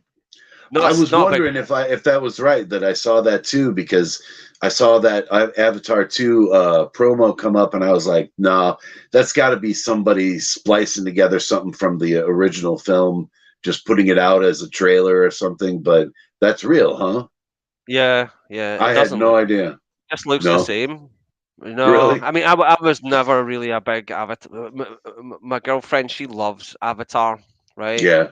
And she watched the trailer like 5 times today, and she Oh. watched someone else go through the trailer and try and find clues to what's gonna happen. Oh man. And And I just said, why don't you just watch Ferngully again, right? It's the same movie. Right? I'm Yeah, very cynical about Avatar. Um, I but understand. yeah, Can't blame but you, really. I mean, but the Piranha 2, I'll sit and watch that. Flying Yeah. piranhas. And I've never seen it. And I remember seeing the video box with all these women in bikinis running from flying piranhas. I thought that looks good. Yeah, that looks like Yeah, quality cinema to me. I agree with you yeah. there. Well, That was something I would. I thought of something I got to ask you, man. What Go is for it. your thought on all of these reboots and remakes that have come up over the last year? Scream, the Texas Chainsaw Massacre.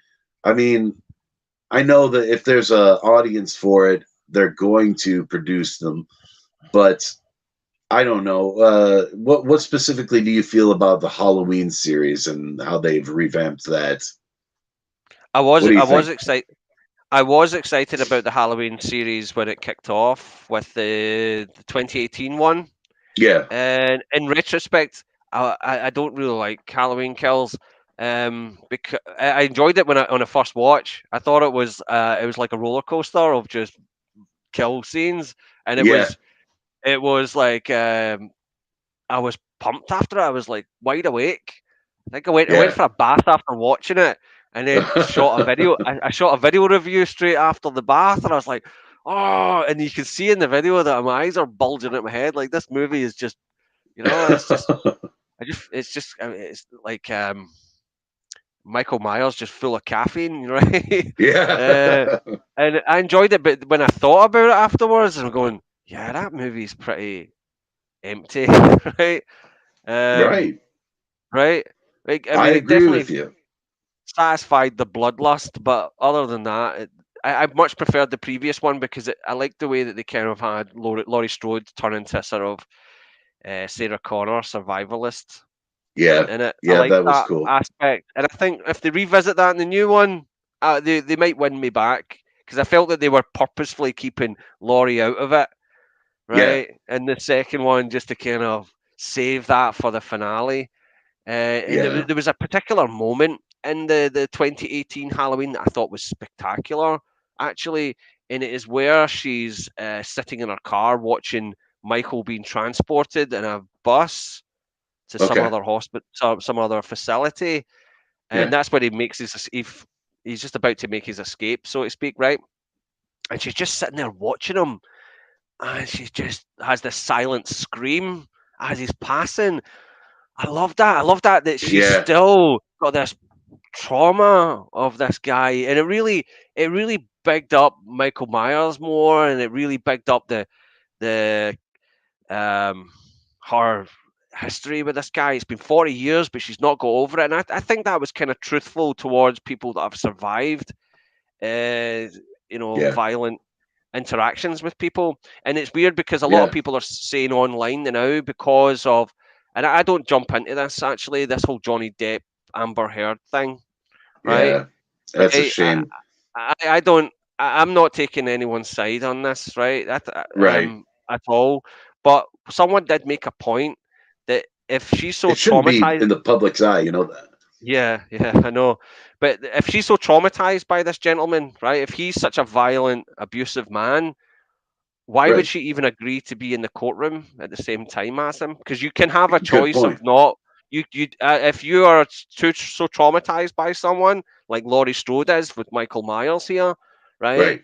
You can you can you can do your testimony by video. You can do Yeah. these things, right? Yeah. And Yeah. They demonstrated that on numerous occasions throughout that trial. A lot of video testimony.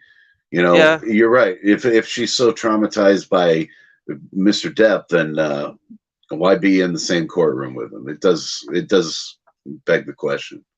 but Yeah. on the other hand, right? I think there are a lot of people that are sharing out all these memes and attacking Amber Heard, right?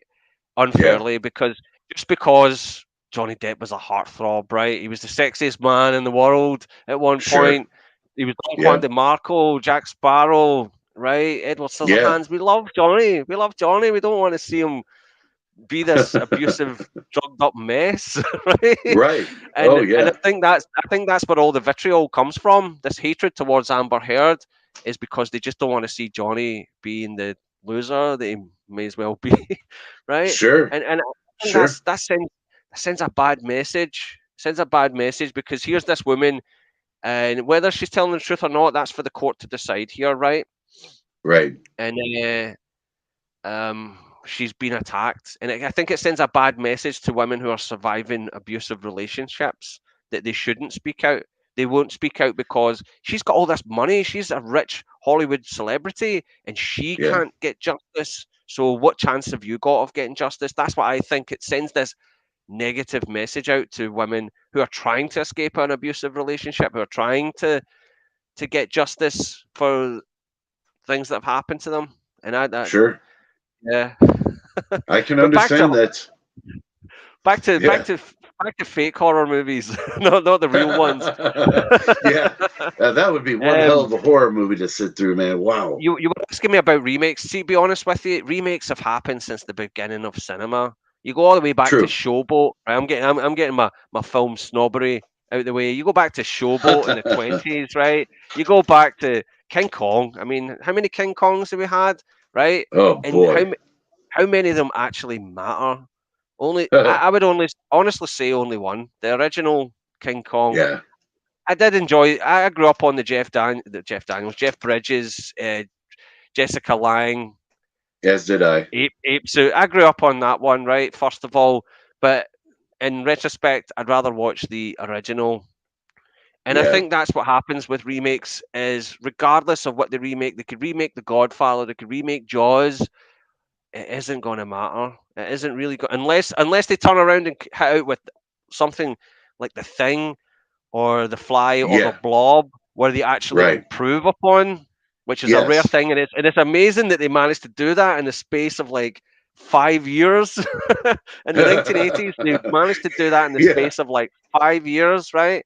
Where they managed to Yeah. remake classic The movies.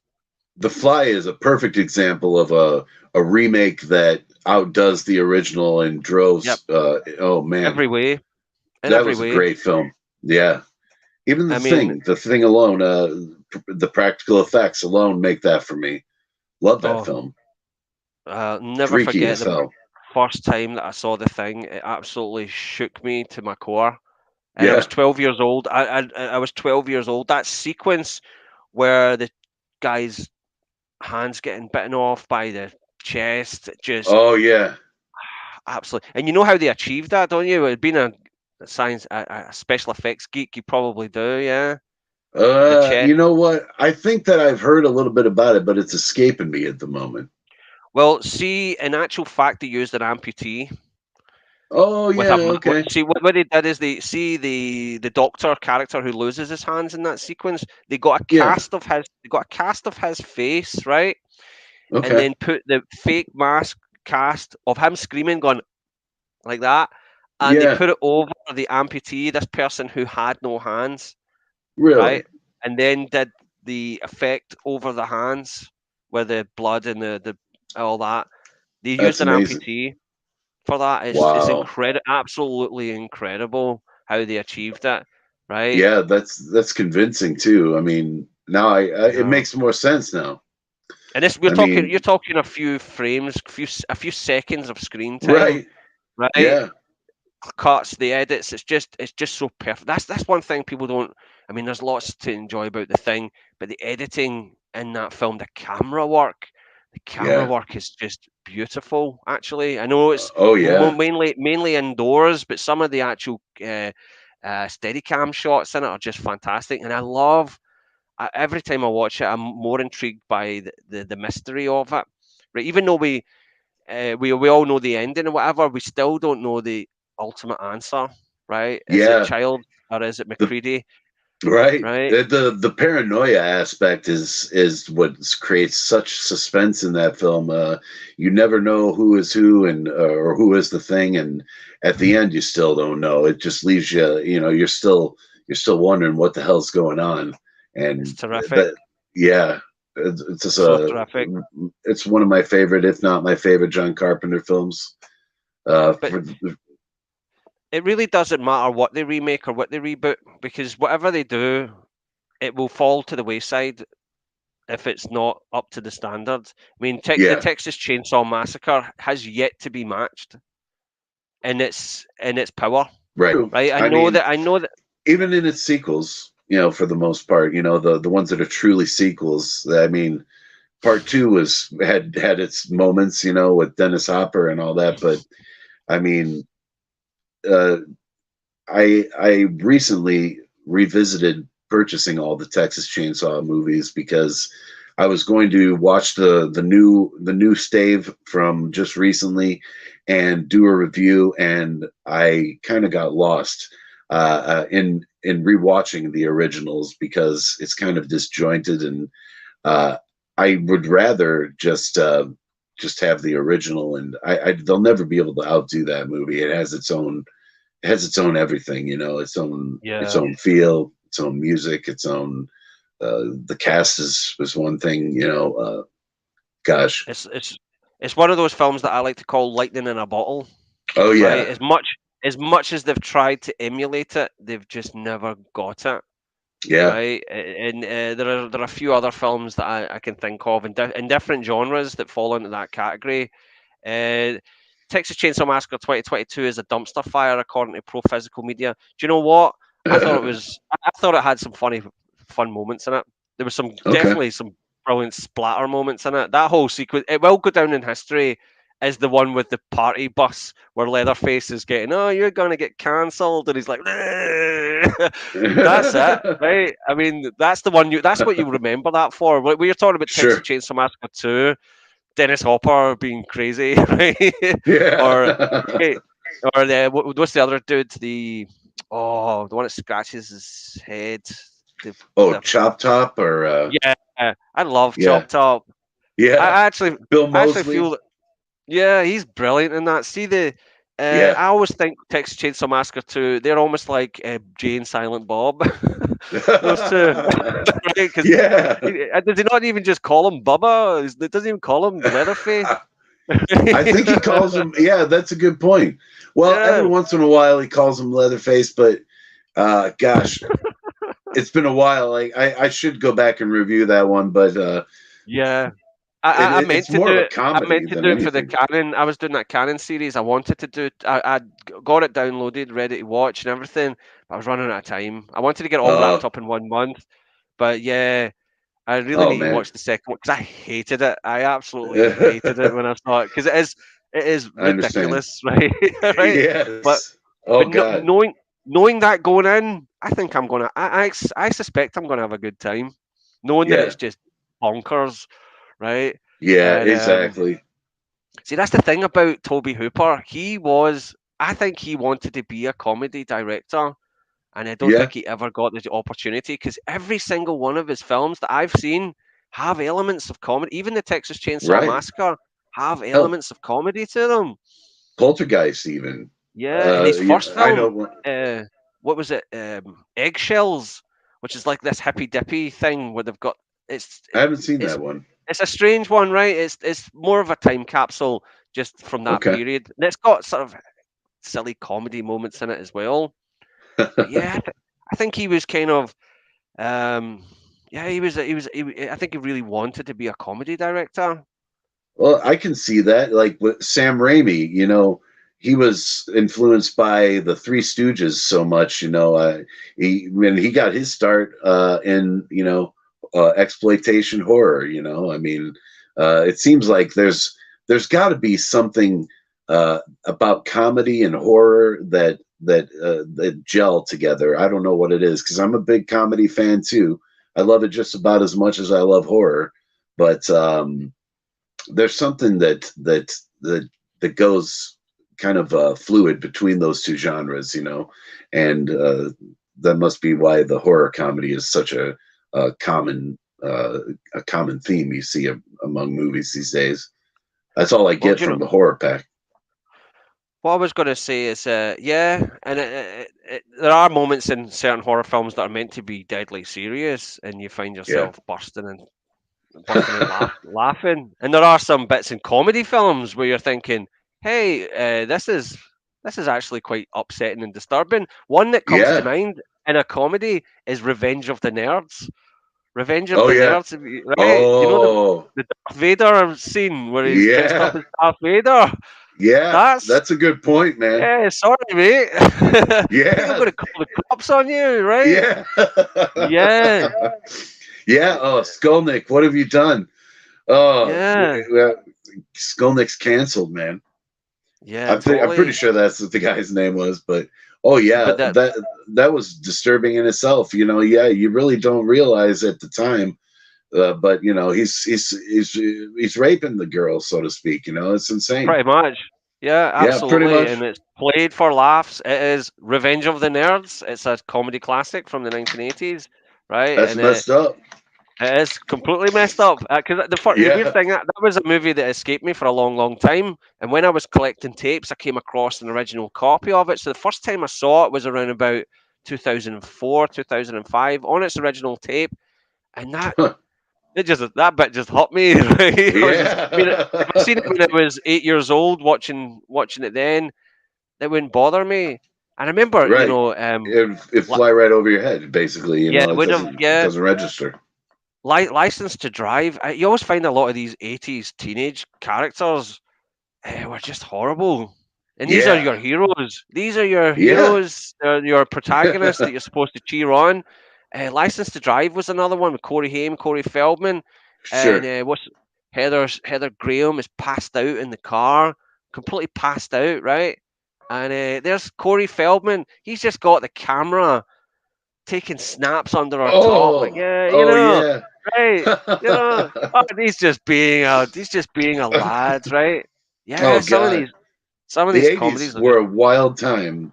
Apparently they repellent. hadn't really oh yeah. That's insane. I do remember that now, but gosh, that was Heather Graham in that movie. Wow. Yeah, yeah. She She's played been around a lot longer. Mercedes. Mercedes, yeah. Yeah. Oh. See, Oh I wouldn't mind if wow. I wouldn't mind if they remade License to Drive again, if as long as they took out some of these horrible douchey moments. So Yeah. that and but yeah, Kids were uh, cruel in the 80s. I got to admit, man. I did not have a good time growing up. no, You know. no. Oh, the racism that I had to Oh God. hear in the 80s. Yeah. Honestly, it No was kidding. in Scotland. It was just everywhere, absolutely Really. everywhere. Yeah, it was just horrendous. Oh, Right. sorry. Um, That's terrible, man. no, it was going to a football game was the worst. Going to football games, soccer, Yeah. right? Oh, yeah. Um, because we didn't have a lot of players, black players, up here in Scotland. You had the occasional one, and they would be out Okay. there alone. They'd be out there alone out in that field, and Really. their fans would throw everything at them, Oh right? God. You know, fruit and Wow. bananas was the thing. They would throw bananas at them. It was just so racist. And I Whoa. watched an interview with one of these players a few years ago, and he was saying, you know what? It wasn't so bad getting the bananas thrown at me. It was the darts and things like that getting Oh, thrown at me. Right? It was just that's horrific. terrible. Yeah, the See, eighties were a and that was it was almost direct opposite in the 80s in America because we really put our African American players up on a pedestal. They were the superstars, you know. oh, It of was a course. totally different thing, you know. I mean, I remember when I was growing up, I would like to watch just movies with African Americans in them because they were so cool like Eddie Murphy, Richard Pryor, you know, they were my big heroes back in the day, Same. and I didn't understand. I didn't understand racism. It was going on in various places, kind of around me. It didn't make sense to me. I thought I never understood that, and I was No. always one of the kids that was, you know, I would look up to the African American community. I thought it was something to be looked up to. I never understood racism. Well, do you know I what? was That we were talking about films influencing you.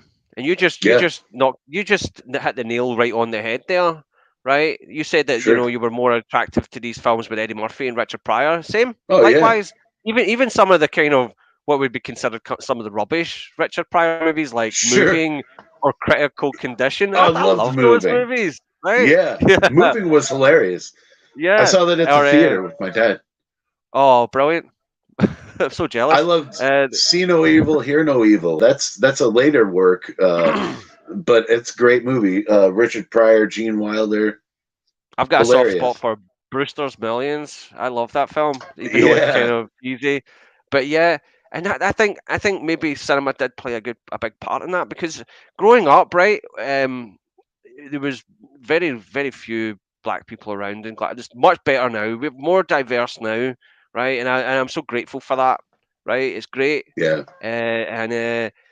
And but back then, it was just white people everywhere, right? Right.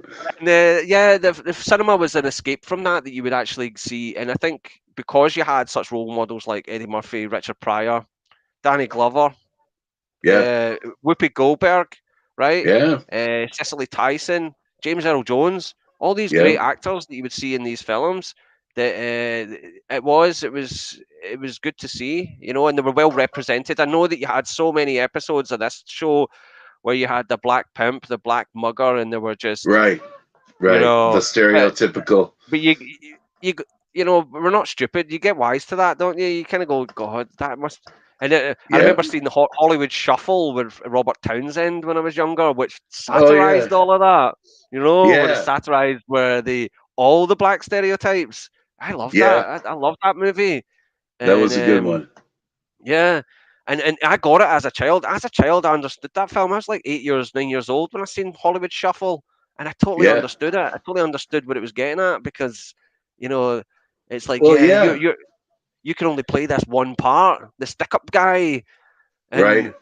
and some piece of trash. Yeah. Oh yeah, yeah. I forgot about Robert Townsend for a minute there. He was cool as hell, Oh man. yeah. You're jogging my memory. I only just recently saw, well, last year, the Five Heartbeats. That was Oh, brilliant. Robert Townsend. That's a great movie. That does some juggling act. That does sort huh. of, yeah. It does the classic soul biopic. I mean, they're a fictitious soul band in this movie, like the Temptations or the Four Tops, and it does Okay. this juggling act of being a bit of a silly comedy and being this gritty um, story of drug addiction at the same time. And Wow. it's quite an incredible movie, The Five Heartbeats. Have you not seen it? No, And I the haven't music in seen it, it. I have to check and that it's out, man. it's a musical in a sense because it's about a soul band, and Okay. the music in it's top notch. Yeah, you need to check that out. Heck yeah. But we should should definitely stay on the topic of horror. If you want to Ah, stop at yeah. any point, yeah, you're having a great time, aren't you? I'm doing good. I'm doing good, man. Hey, I'm in for the long haul, man. Whatever you want to do. No, no, It's you're your you're the boss. You're the boss. Honestly, shit. you're the ice No. lord, right? Oh man, I've never been the boss, man. I don't know if I can handle that kind of pressure, man. Me either. I don't. I'm too submissive. I know I come Yeah. across as this aggressive. I think it's Scottish people. I think maybe Americans think of Groundskeeper Willie or Scotty from Star Trek. I just can't take it, Captain. Right? And honestly, I'm a complete. I was the kid that I was the kid that got pushed around. I was the kid that got picked last. Right? Oh yeah, me Right? too, man. That's what I identify with the dorks and the geeks in these movies, right? Because I'm one, Yeah, hell and yeah. I'm I'm never gonna change that, and I'm proud of it. Proud. I used to be kind of like ashamed to sit and talk about horror films or action films or science fiction films. Now I'm proud of Ugh. it. I'm proud of it, Hell yeah. right? Hell yeah. Yeah, quite right. Nothing wrong with that, man. But yeah, I worry that people think I'm too aggressive because I think there's not that many Scottish people in this community, right? That's Hey, probably that's a why. good thing. that's a good Oh thing. That yeah. means, that it narrows it down, if and honestly, man, I think you come across as a gentleman in all your videos.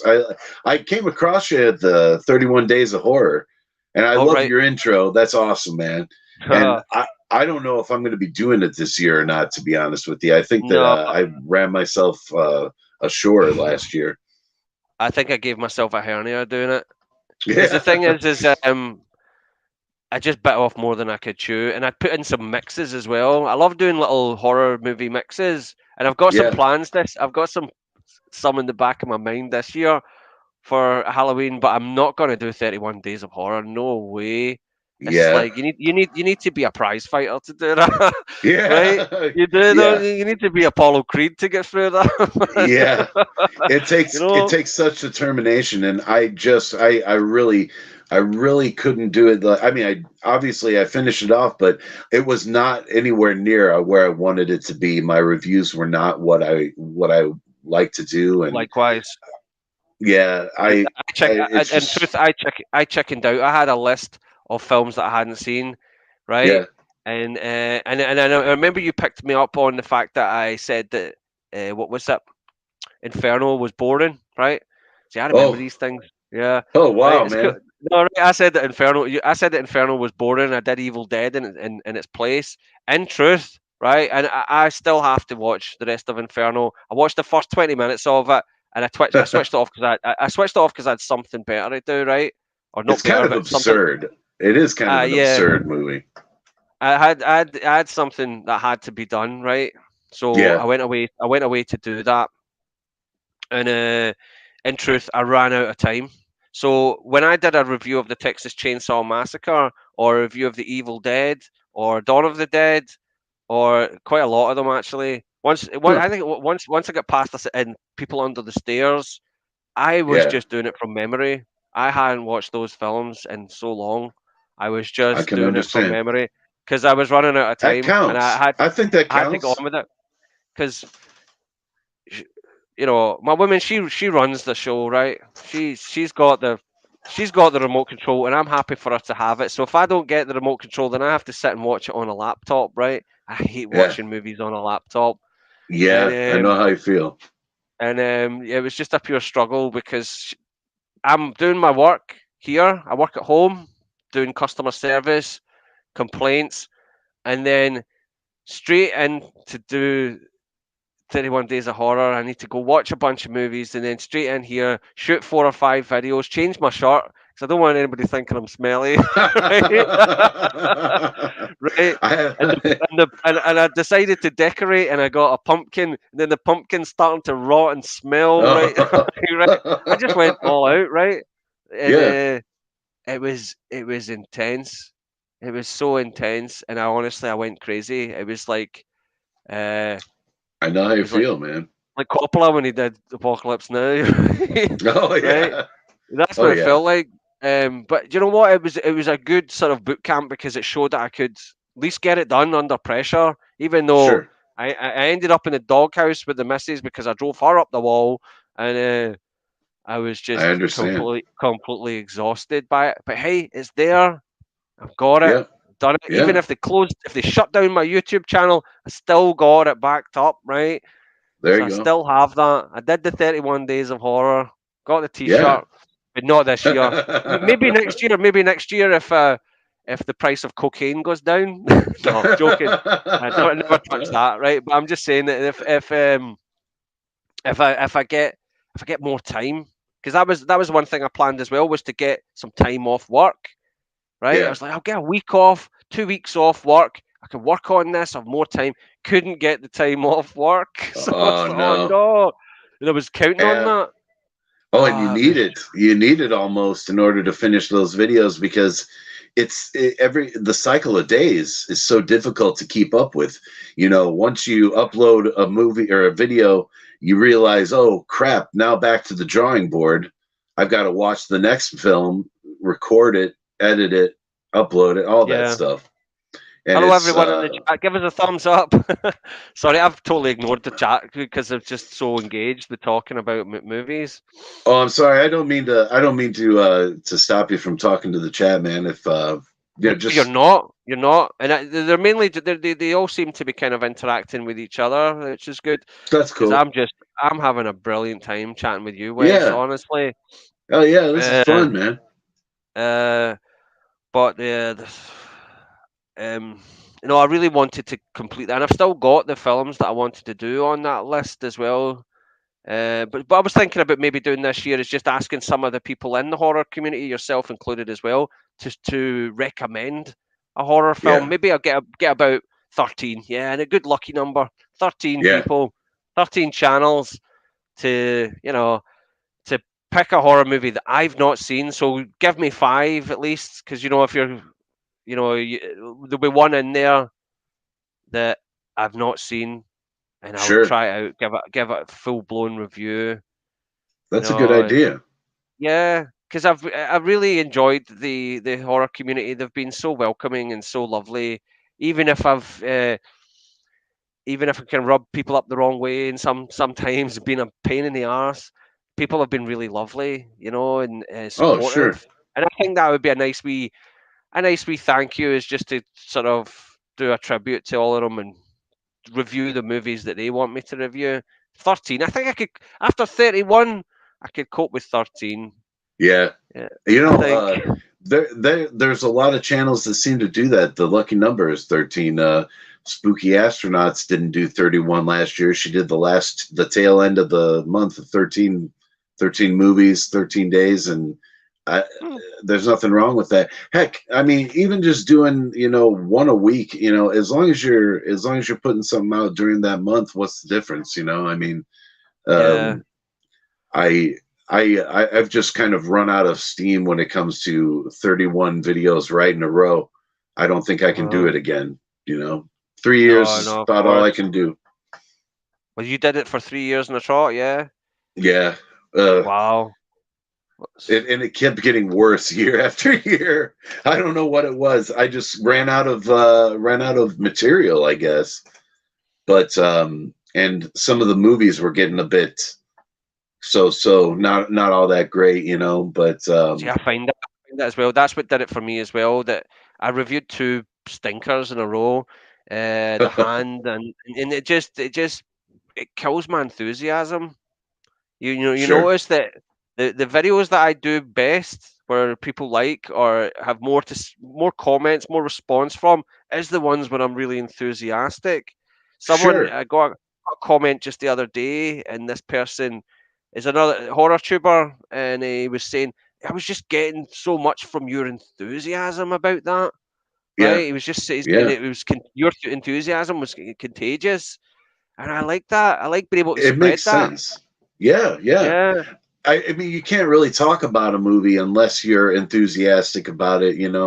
Uh, after I had seen the Batman, I was really pumped, and I was like, man, I'm going to review this, and it was so out of character that I didn't do it. But you've got to have that enthusiasm in order to make a really good video. I think, yeah. because if you didn't, 31 Days of Horror, you can come across a lot, like you said, some stinkers, and you have absolutely no drive to review it whatsoever. In fact, if you do, you're going to trash it. You're going to talk Yeah, about all the negative stuff and and probably at this, turn people off. and at the same time, who am I to? If I'm not Roger Ebert, right? I'm not. I Right. don't have. I don't have the expertise to really rip this to pieces. Making the way I see it, making a movie in itself is a mini miracle, right? Getting Yeah, it, it is. and the fact that it survived on Blu-ray all this time, whereas so many in the past are completely destroyed and you can't even see anymore, right? Yep. All right, That's a there good are. point. What is it that Martin Scorsese said? 20% of all the films that have ever been made are gone. Yeah. Yeah. 20%. That's a lot, man. Oh, man. But no, yeah, something about that. But uh, but that's the thing. I feel rotten to sit there and go, yeah, this is rubbish. This film, because Yeah. what am I going to? Am I going to waste 2 more minutes of your time explaining that? Yeah, making movies is a mini miracle, and I feel really bad for getting, telling you this director is an idiot. No, I'm just going to go, "Arr!" right? I'm just going to give you the venom, right? Oh yeah. Oh right? yeah. Because You that's what your 2 hours of your life is gone. You wasted it, and now yeah. you're going to spend another, a whole day making this video, Yeah. just to. It's a tragedy. You know what else can you do but tear it a new one? I mean, I really went delicately on some of the ones I didn't like just because I'm a nice guy. I don't like doing stuff like that. But some of them I couldn't help but hold. I couldn't hold back. Just had Yeah, to really give them hell.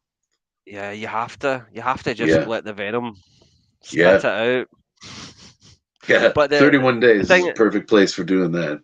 no, I won't be doing that. I don't know. I'll maybe do it again. Like I said, if I had more time, yeah. And that was the thing. I was totally procrastinating. I'd given myself like a few weeks before off the channel, and I was like, right, this will give me time to get prepared. This will get me time to get, that whole kind of thing. I'll wait till this. I'll wait Yeah. another 5 minutes. That Yeah. procrastinating, right? And then it got Yeah. to nearly the week before, and I managed to get 4 done in one day. And I was like, right, okay, I can sit and relax. No, no, it's coming. Oh, it was just intense, absolutely Any, intense. anytime I got ahead and I thought, oh, I've got an edge on this, now I'm going to be able to make it. Something would happen, and I would just fall back behind again every time. I mean, Yeah, and then I was way behind and scrambling to get one done by the final hour. So, but yeah, I know. well, oh boy, And but what do you call it? But I do love talking about horror movies. I don't want to turn. I don't know what to do with my channel. I don't want to turn it into a horror channel. I'm more of a sort of everyman. I like all kind of films, but I do want to focus a little bit more on horror because I love it so much. And sure, I was kind of annoyed when I was doing Canon that they didn't have much of a library for horror films. Right. yeah, The only ones that I did were Link and Life Force. Link yeah. Link was decent. I mean, it's not a scary horror film, but it was really well made. Beautiful horror film. Like It you may looked like cool. it. It is. I It is. bet. It is a good, well made movie. But I just it just needed. I don't think using an orangutan is it. When have Yeah, orangutans ever been painted black. scary? You said right, like Yeah, they paint it black and they put ears on it to make it look like a chimpanzee, which it doesn't, right?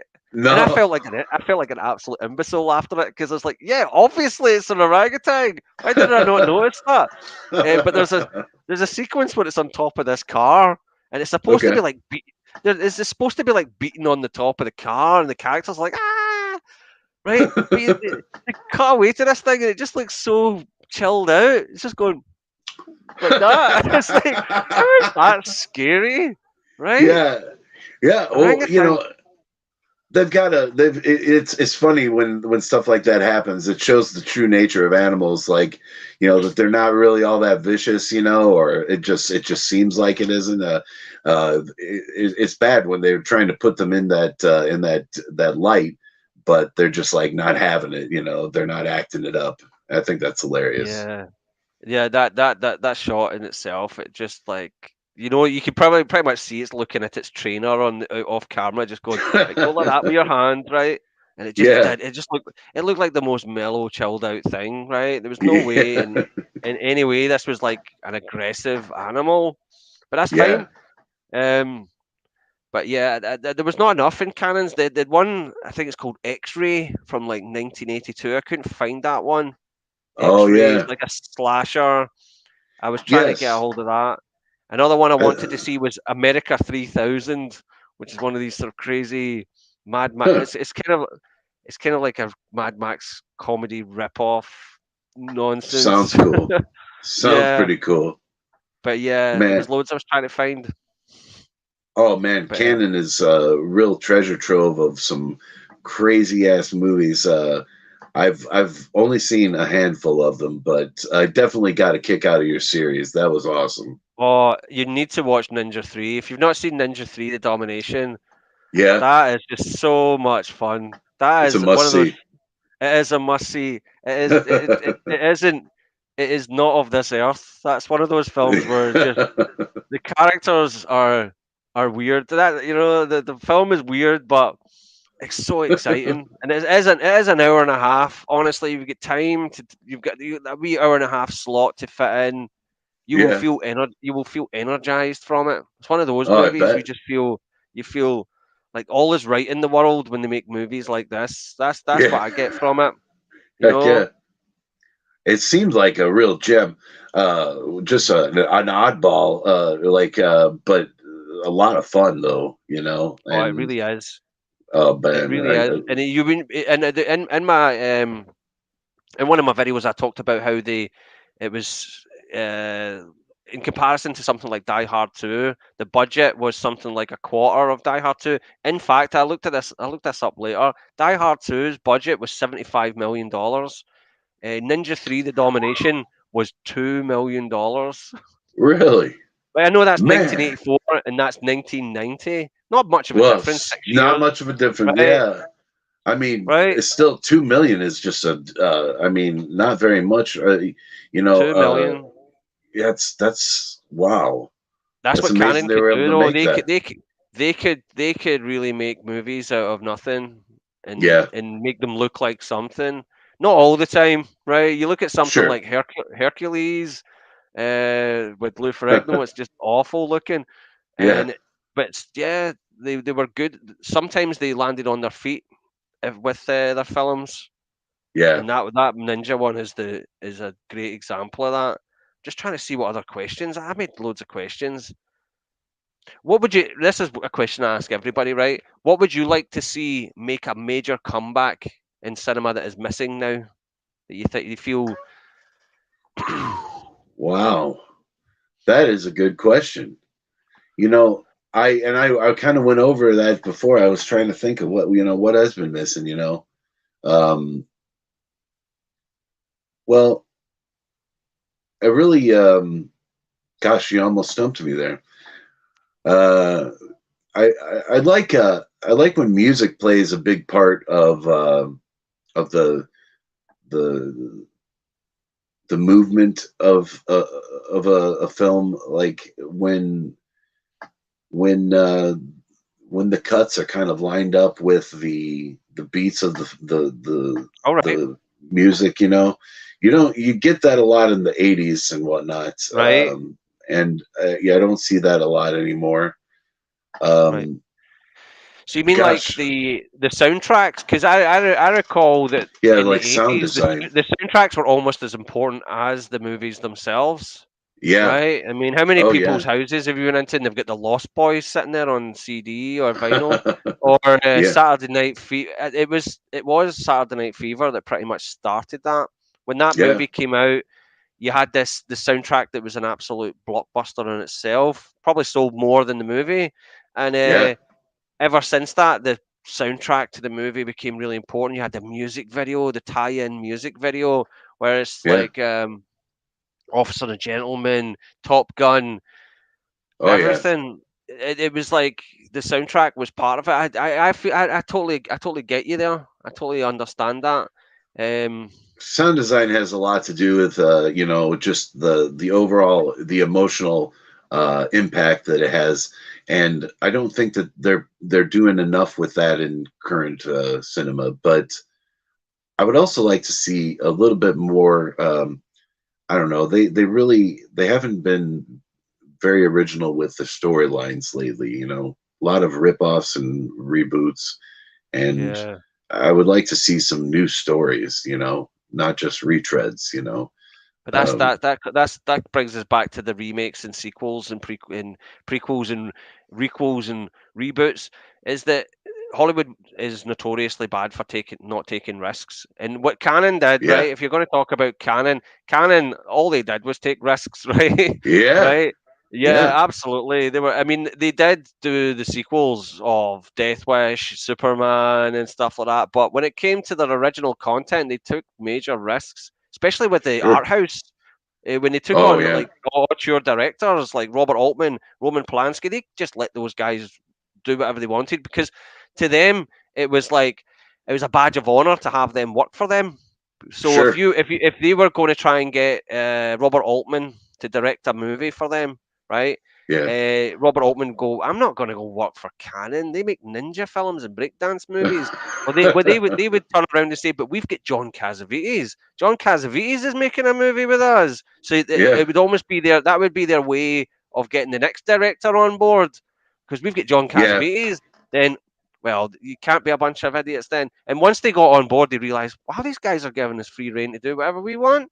This is brilliant, Yeah. right? And Yeah. that's the thing as well. We don't. Hollywood doesn't take that risk anymore with the directors. They just go, you go out there and shoot what we want, or you're out the door. Simple as Yeah. that. You know, you look at people, they like to give you this big picture that they're all a big happy family, right? Kevin Feige over at Marvel, right? Oh, we nurture these artists and all that. Nah, you don't, right? You've got this Ava DuVernay. Ava DuVernay's a well-established American director, right?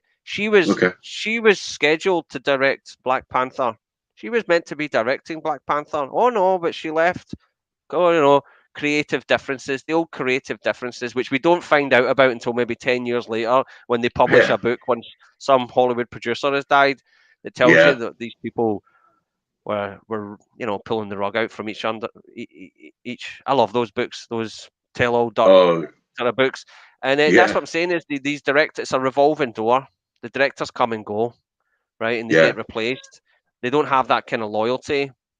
Whereas Canon, they had their own in-house directors that would constantly make movies round the clock for them, Yeah. right? Oh man, they were kicking out movies like crazy. It seemed to make I know they were probably just as much in it to make money and whatnot, but they would uh, they would put out some really kind of crazy stuff. I think that the Hollywood machine has kind of zapped a lot of the creativity from movies these days, and They're so fearful, this, though. They're so fearful. Sorry to interrupt you there, Wes. you're fine. And a good example of this, I think the online fan base has killed movies as well. As much Yeah. as you might complain about remakes and sequels, there's so much hype on social media about these films way before they even come out.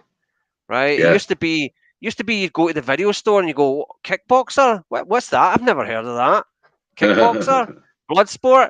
Never heard of these movies before. Right? You Right. check them out, completely surprised. Or Critters? Never heard of this film Critters before. Wonder what that's all about. And that was your Yes. introduction. That was how you found out about these movies. Nowadays, a Yeah. film like that, if they made another Critters, we would hear about it for 2 years on social media. Oh, they're gonna ruin it. Oh, they're gonna do that. They're gonna put more. They're gonna put more women in the film. Do you hear that? They're gonna put more women in it. The main character's gonna be a woman. It's gonna suck. Oh no, right? And then when it comes out, like the Star Wars reboot, whatever they did, Oh right? yeah.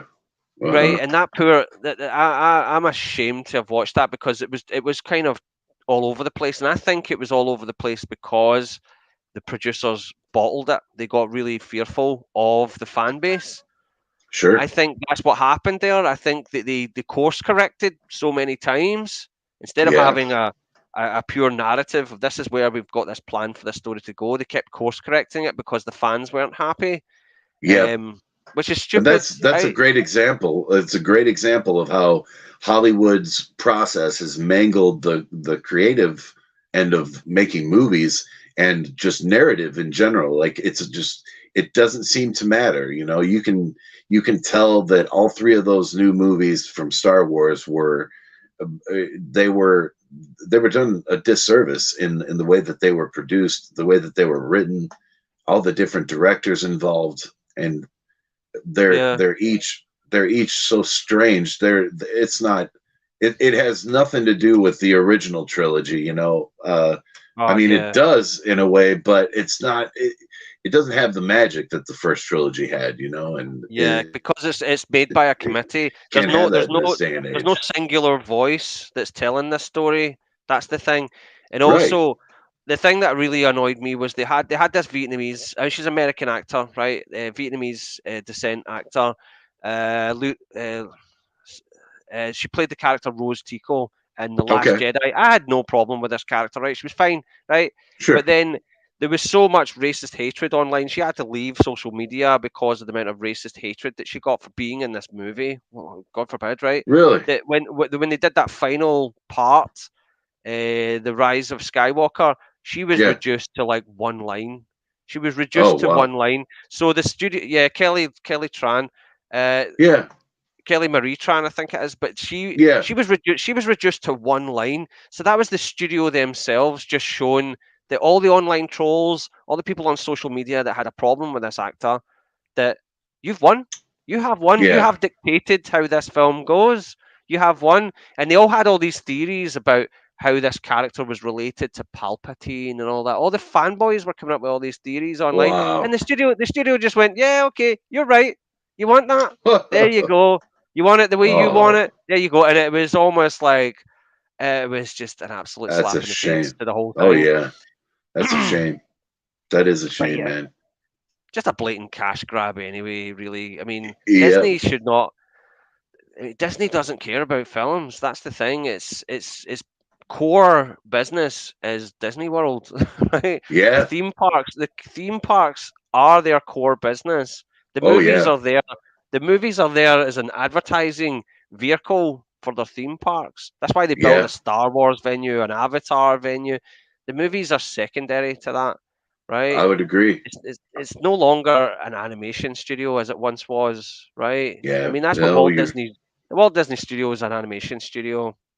But I Yep. noticed that Pro Physical was saying something that he'd like he'd like to see the feel good family film come back. E.T. Flight of the Navigator, Short Circuit, that kind of movie, right? Sure. Well, that makes sense. You don't get a lot of that anymore. I You just know. don't see that. I mean, There were and a dime a dozen back then, though. There was just like oh every week god, there was a new one. yeah, You every know, single yeah. That was the big thing. I mean, back in the '80s, that's all there were family movies, and it just dropped off somehow. Sometime in the '90s, I think it became uncool for some reason. I don't know what it was, but it was just go, rough. just go, just go find a little cute kid with a mop top haircut like Nicholas from Eight is Enough, and you will find an alien. There'll be an alien nearby. Yeah. uh, So true. nuts, man. But yeah, I want to stay on the subject of horror. I think I'm boring you talking about Flight of the Navigator. My goodness. No, man, I used to love Flight of the Navigator. That was a good film. I own it. I got a copy of it. I got to admit. You do? I used to have it on tape. I don't know. I think I sold it. Oh I can't yeah. remember. Yeah, that's a question. Is there any sort of true stories or anything that you would love to see turned into a movie? Wow.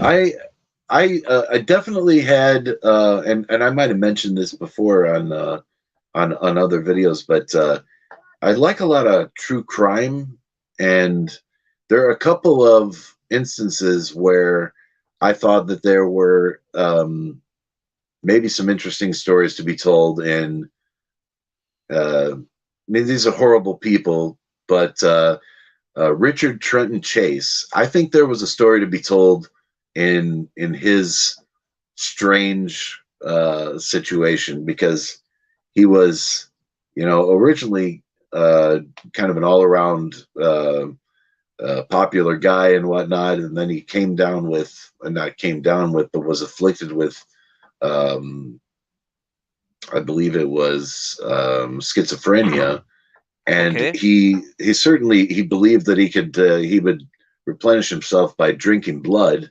and he would do anything from drinking the blood of animals to it's a really strange story. I'd urge you I to would I, I look would have into it. I would have tried I would have tried tomato juice first. I Yeah, would have I would have yeah. said just tomato juice maybe. Yeah. There are a lot better avenues, I got to admit. Yeah. Yeah, but Because apparently, obsessed with, sorry to interrupt you, when I was obsessed with vampire movies, I used to believe that tomato juice was blood. You know, when I was a child, like oh, got to get your Like, V8, you know. continue. Richard Chase, yes. Oh man, I just thought his story was so wacky and weird that it would make a really good movie, and it's kind of tragic, you know. He killed himself in prison. Oh, He really didn't. He didn't get a lot of the help that he probably needed as he was coming up, and it could have been prevented. You know, oh. I thought that was a compelling story, kind of tragic, you know. So Uh, was he? Did he believe he was a vampire like Nick Cage and yeah, yeah, exactly. Vampire's Kiss? Yeah, he thought he was a Hey, real hey, see, vampire. see. He just- Yeah, yeah. He thought that his internal organs were disintegrating or something. It was really weird, and Yeah. yeah, just a really weird guy, but probably interesting enough to make a movie about, and oddball enough to where it would kind of keep up with the current exploitation and disturbing cinema that's come out recently. You know, um, but it might So go too far. so I'm not familiar with the recent trend in exploitation cinema. I mean, Well, my expertise pretty much ends at um, just the stuff from the 70s. I know that there's a sure, Serbian film and all that that's come out since yeah, Martyrs. That looked. yeah. I've not seen Martyrs, but that looked ridiculous to me. That whole skinning the woman thing, Oh just yeah, yeah, I that I just seemed silly. yeah. It's it is kind of weird. Especially that's the ultimate thing that they. It's like this cult that apparently tortures people, mainly innocent people, just to try and have them have a vision of the afterlife, and they want That's them right. to describe what it's about. And it is the strangest thing, you know. The real thing about that movie is the intro, where one of the girls who escaped from their facility finds the family that kidnapped her and tortured her, and she greets the father at the door with a shotgun blast, and it's kind of it's a real wild scene, definitely jarring, but the violence seems really real to life, pretty over the top and undeserved. You really get the feel that these gals didn't deserve it whatsoever, and Oh I'm yeah. not really sure what the appeal was, to be honest with you. It's been so many years since I've seen it. I have it on DVD, but What about uh, the one that I've always liked, and it is quite disturbing to me, is the Exterminator from 1980, Robert Ginty. oh yeah, That's I quite haven't seen that one. that's quite disturbing. There's a decapitation in the opening scene where I Really? think the majority of the budget went on. They actually spent an absolute fortune on this severed head thing, and it's really well done. And yeah, it's a typical Death Wish type revenge thriller. Guy's a Vietnam vet, and his buddy gets killed, so he goes out and hunts people and kills the people that done it and kills them. There's a part where he's got this mafia boss, and he's got him chained up, and excuse me, he drops him into this meat mincer. That's Oh that's pretty brutal. But you don't see yeah. anything. You just see the mince coming out the other side of it, and but it's a pretty harsh thing to do to someone. Oh yeah. But it has a real grimness to it. That's what I like about it. I actually like how kind of grim the Exterminator is. And Canon did the sequel, Exterminator 2, which I haven't seen, and that looks silly, Uh, I right? saw both of those at the VHS store when I was a kid, for sure. Yeah. I haven't watched either of them, but they do look interesting. I know the guy he has a flamethrower, isn't it? That's his weapon of Well, choice. that was the box cover for the Exterminator. I don't think that Okay, ever happens in the movie. Where there's this guy really? with a welder's helmet on and he's got a flamethrower. Yeah. But Canon were clever enough that when they did the sequel, that they made that his uniform. That was his Batman costume, so to speak, in the Uh, sequel. So they were clever enough to include that more in the sequel, apparently, from what I understand. okay. Whereas in the Okay. first one, that's just the poster, right? Ah, And okay. but yeah, it's an enjoyable watch. I would recommend The Exterminator. It's one of the better exploitation movies. Might Trying to have think to of other check good that ones. out. But I have to yeah, check that out then. I'm not familiar with a lot of the sort of newer stuff. I take it they're more foreign films though, aren't they? They're not A lot of times, yeah. American Uh, films. yeah, they've kind of they really haven't been making a lot of them, as far as I know, or maybe I just don't have my ear to the ground anymore, and I kind of stopped listening to what was coming down the road because I just got it was overdone. Like it started affecting me, and I started getting bad depression and whatnot. So I kind of turned away from Right, that. But that's interesting. oh yeah, man, Do you it find that you affects find that you. watching do you find that these watching a lot of disturbing movies does affect your mental health? If you have a weak psyche like me, then yes, I believe so. Especially if you're impressionable and and you have a lot of if you have a lot of empathy and you just can't stand watching stuff like that, it hurts you. I really was affected by um, certain movies, but it was the constant barrage of just it totally desensitized me, and it really made everyday life seem totally bleak, and I can see your point. When I saw Cannibal Holocaust, and I remember I saw the cut version, but still the atmosphere. I think the absolute nihilism of that film, right? yeah, Everybody in it that is pretty besides the guy who goes to find the film and he's sitting there watching the film. Besides him, yeah, right, who we don't really get to know. These filmmakers, they're so horrible, right? yeah, And I feel like, why are we watching these people? Can you not tell from the first 5 minutes you meet these people that they're horrible people and they deserve what they got? But no, we'll yeah. just sit and watch this film and then at the very end go, maybe we're the savages, right? And it's just brain dead, right? But the whole Yeah, film just put me in an absolute depressive slump. I remember sitting in my work after it. This was in 2000, 2002, somewhere like that. I remember going to the bathroom and I would hear the sort of that really chilled out theme music from Cannibal Holocaust, right? Which yeah, is kind of juxtaposition to the absolute misery in the movie. But whenever I hear that music, it just makes me think of this horrible, horrible film. And I oh was yeah, honestly, it just put me in a massive depression. Same with Necromantic as well. Necromantic oh is yeah, another one that just made me feel so sad after it. oh yeah, And even though I know now, right? I didn't know then because you got to understand everybody's got the they can just Google it and say, oh, this director was out to shock the government of West Germany by making this film. I did not know that.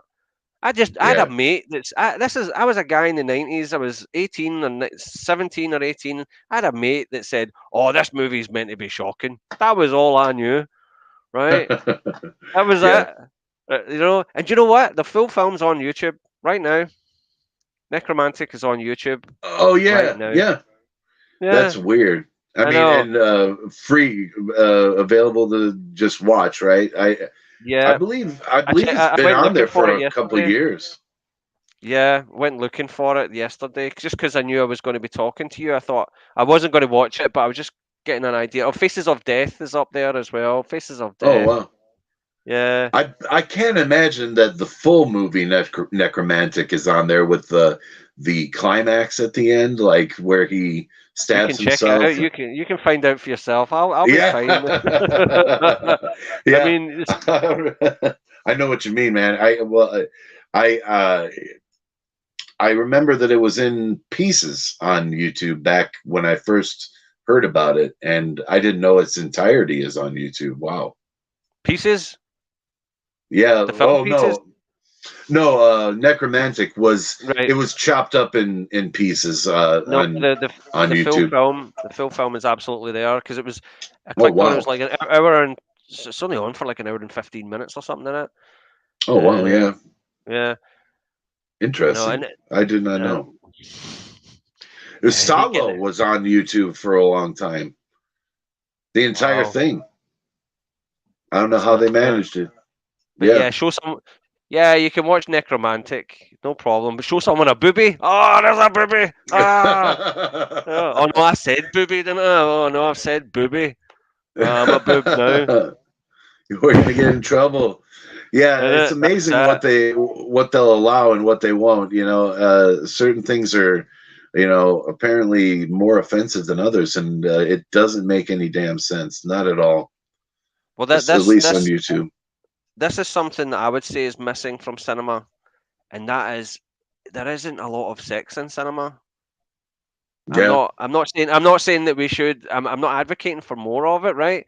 But it's just something I've noticed. When I recently did a video on Basic Instinct, and it just dawned on me. I was like, wow, we're a generation that can't wait for Spider-Man to come out, right? We used to be a generation that would go see films for grown-ups. I'm sorry, right? yeah, I know they're films for grown-ups, right? But yeah, it used to be you would watch a film show and they'd be talking about, you know, adult subject matter in the film.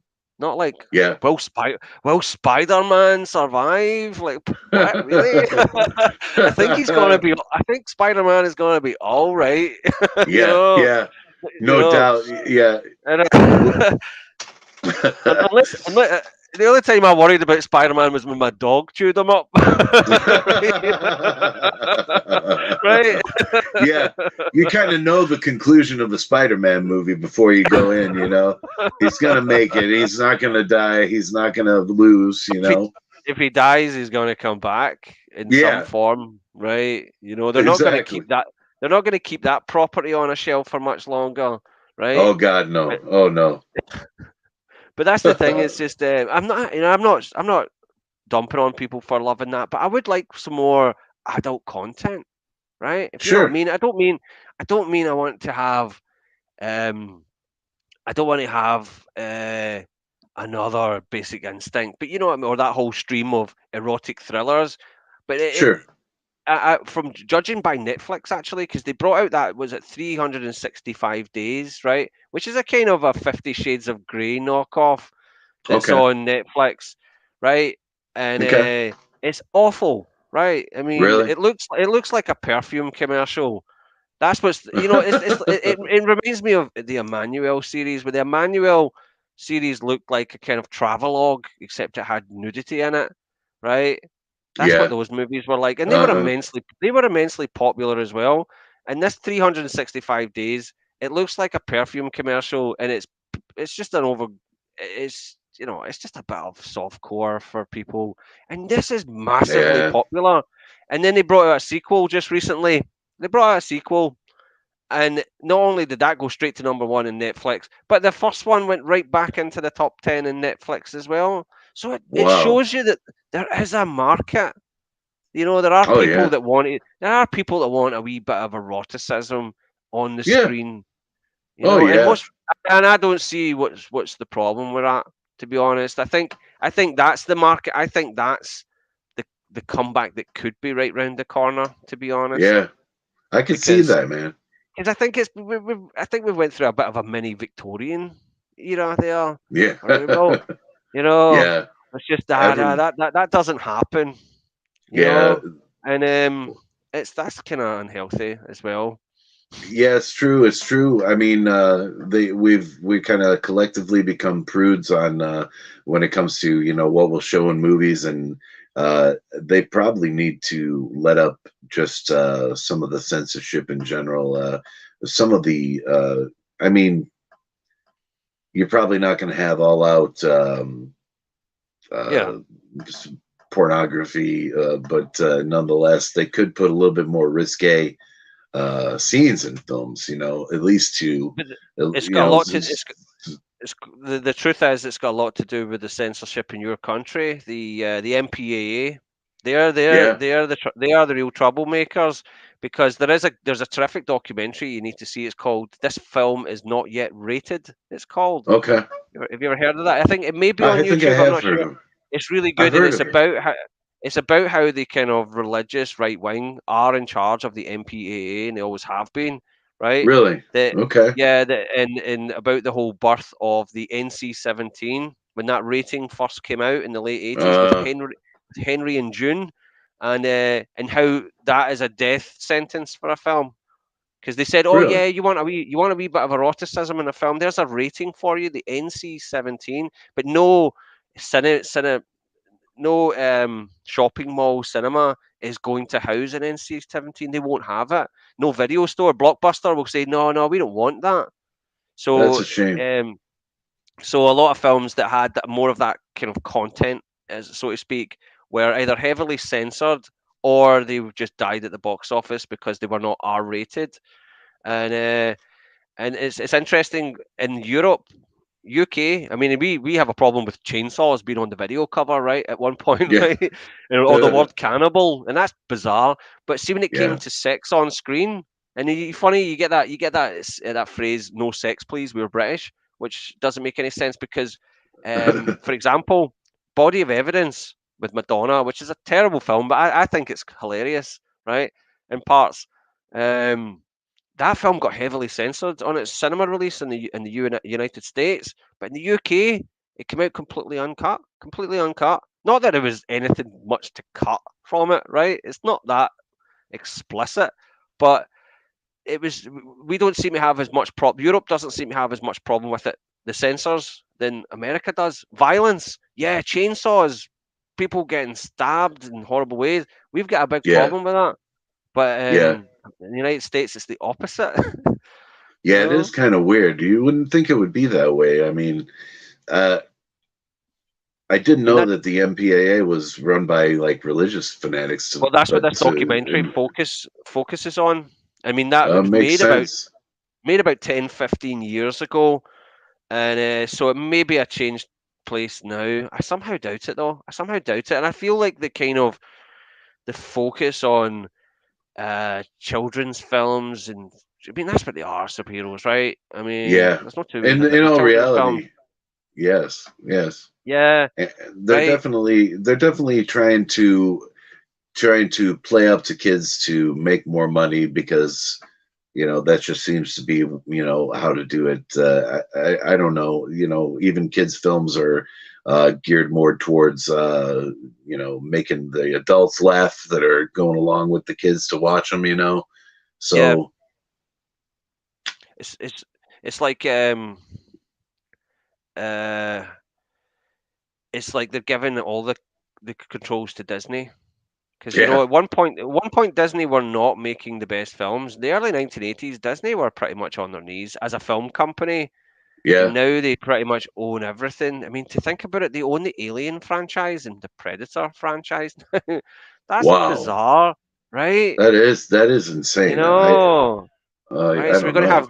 we're gonna have Goofy getting chased by the alien now. Is that gonna happen?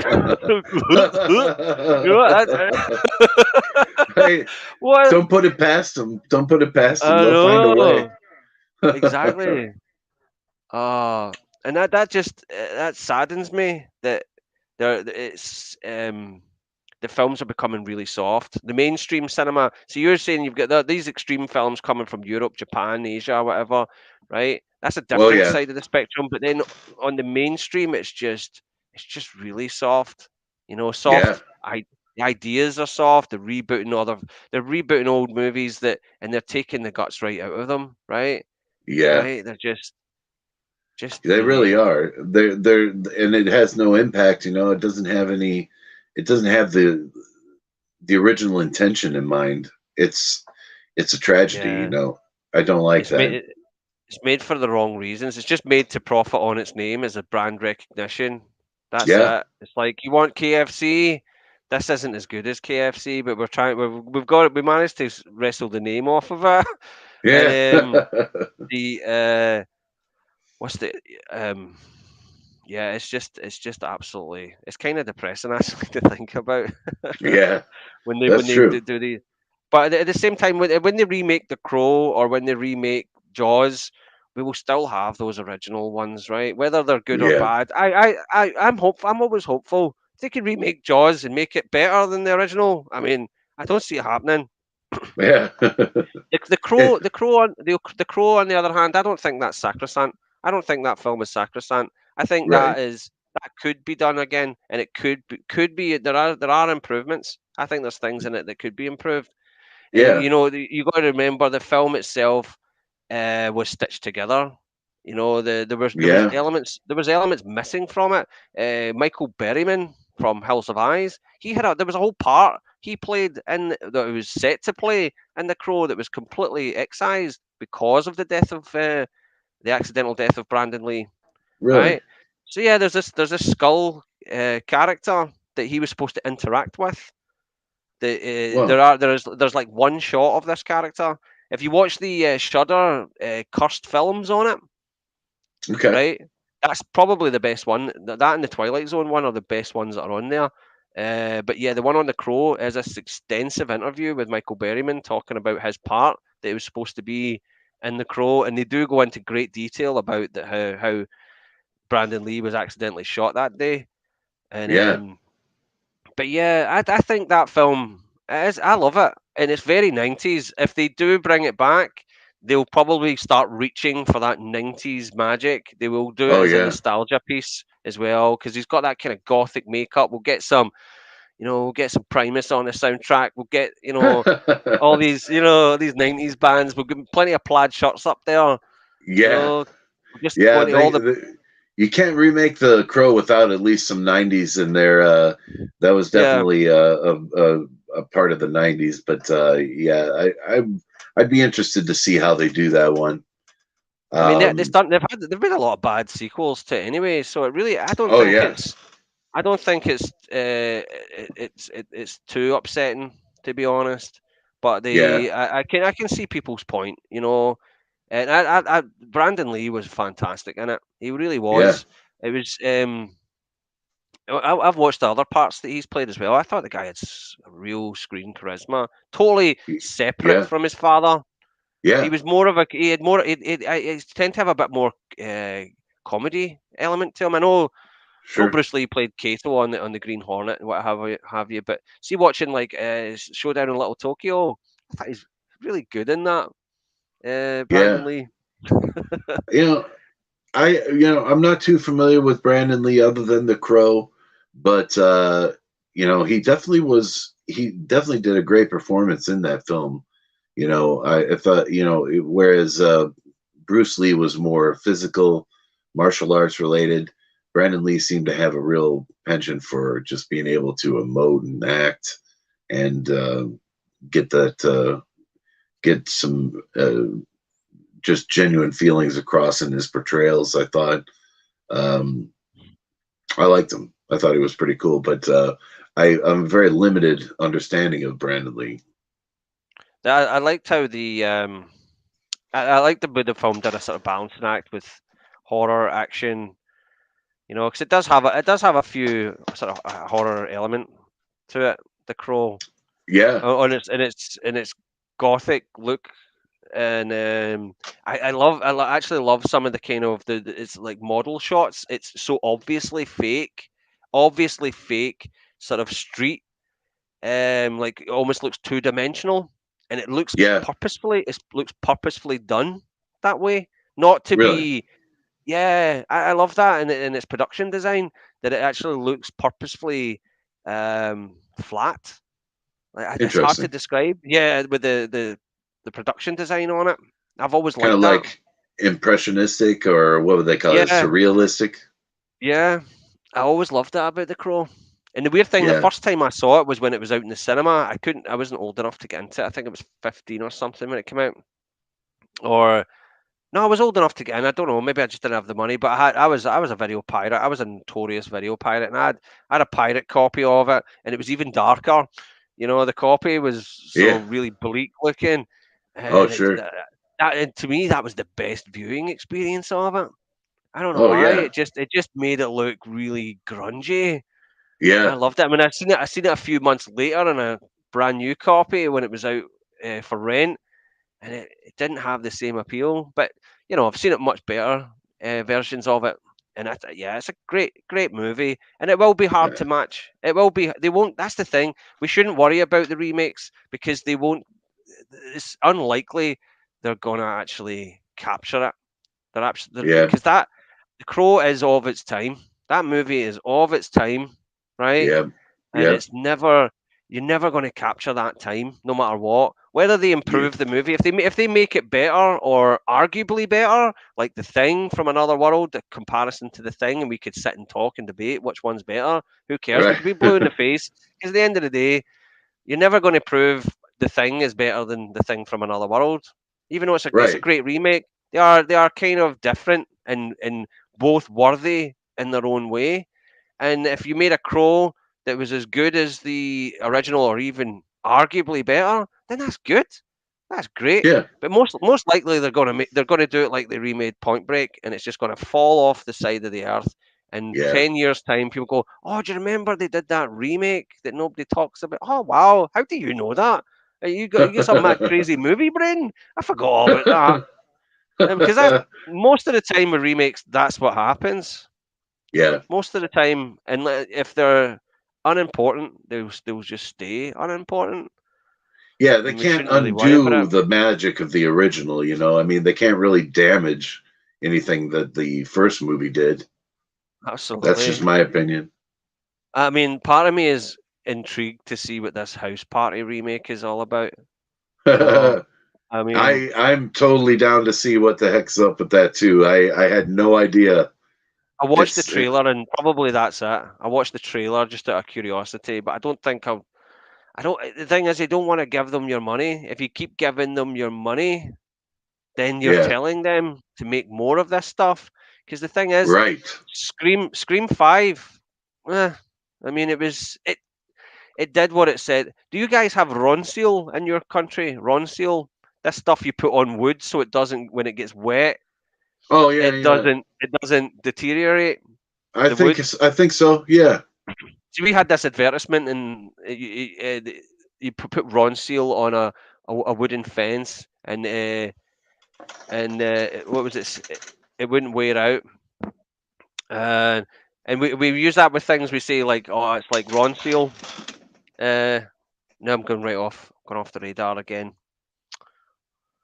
What was I talking about? Run seal.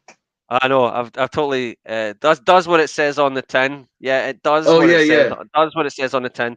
Yeah, the Scream 5 was okay. It was no great shakes. It was a nostalgia piece. You were just like, oh, remember Scream? Yeah, we remember Yeah. Scream. It was the same kind of thing, and That's what I was but afraid of. I haven't it's watched it pretty. yet because I was worried It, that's all it would be. it pretty much is. I mean, they Yeah. even have. You've seen Sound of Violence, yeah? No. Sound of Violence, but the lead actress from that, she's really good. Jasmine Savoy Brown. She plays the who's the nerdy guy that knows all the movies and the Scream films, and he's like, oh, we all listen to Prom Night. Ah, Jamie you know the Kennedy? Jamie Kennedy, yeah, that character, right? She pretty much replaces him in the movie, right?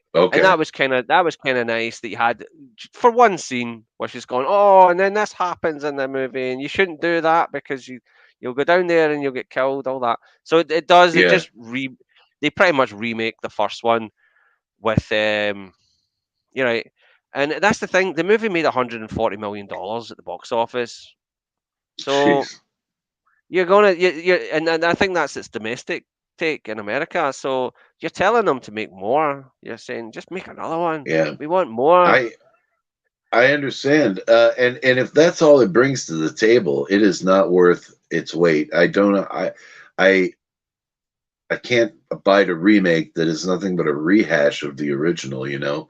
Uh if it's only hitting all the Pretty same much. beats from the original, and even if it's just close to that, that's a shame.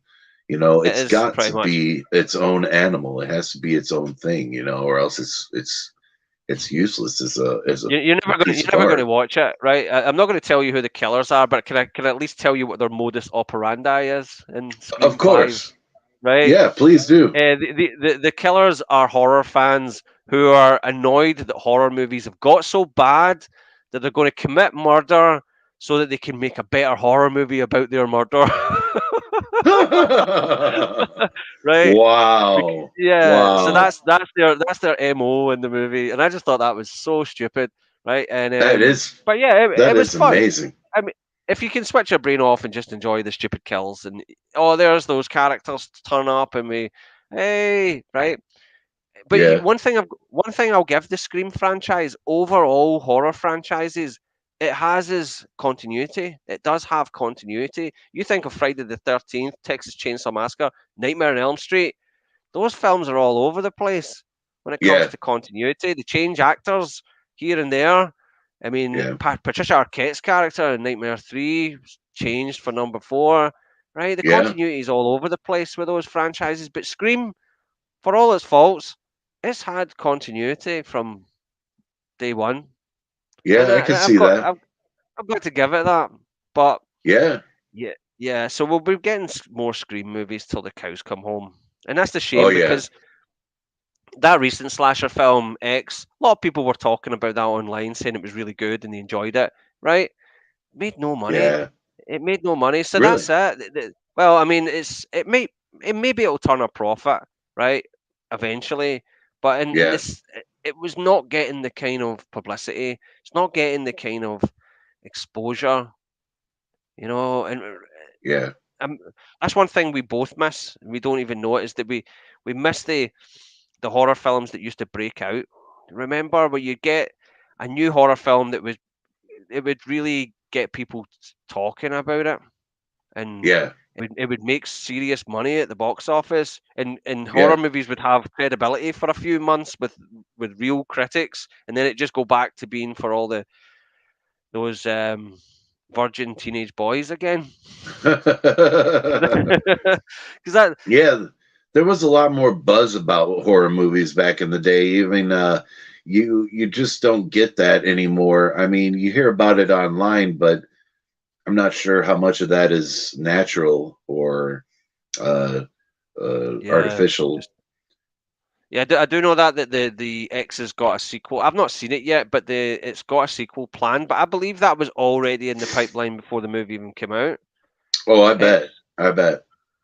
I thought X was all right. I went to the theater and saw it with my son. He had got stood up for a date or something like that, and we went to go see it. And I could, we were alone in the theater, so we were able to kind of Mystery Science Theater 3000 the movie, Hmm. and make comments the entire time, and it was predictable, and you kind of knew what everyone was going to say and do. Uh, there wasn't a lot of amazing effects or anything. It didn't Yeah, really bring anything new to the table. I I yeah. so I can't say that I didn't like it. I thought it was okay, but it was if you had it was just pretty plain Jane. I didn't really get much out of it, and um, I don't know. Maybe if it had been released 40 or 50 years ago, it would have made more of an impact. But the most Well, disturbing see, thing was the girl getting her fingers chopped off for me. But yeah, that's. I will check it out, but I'm not mad on slashers to be honest. But um, there is one I love from the early '80s, the Funhouse, Toby Hooper, oh yeah, which is a very cliched slasher film, even for that time, right? oh sure, And but to me, it's like Toby Hooper playing the blues standards, right?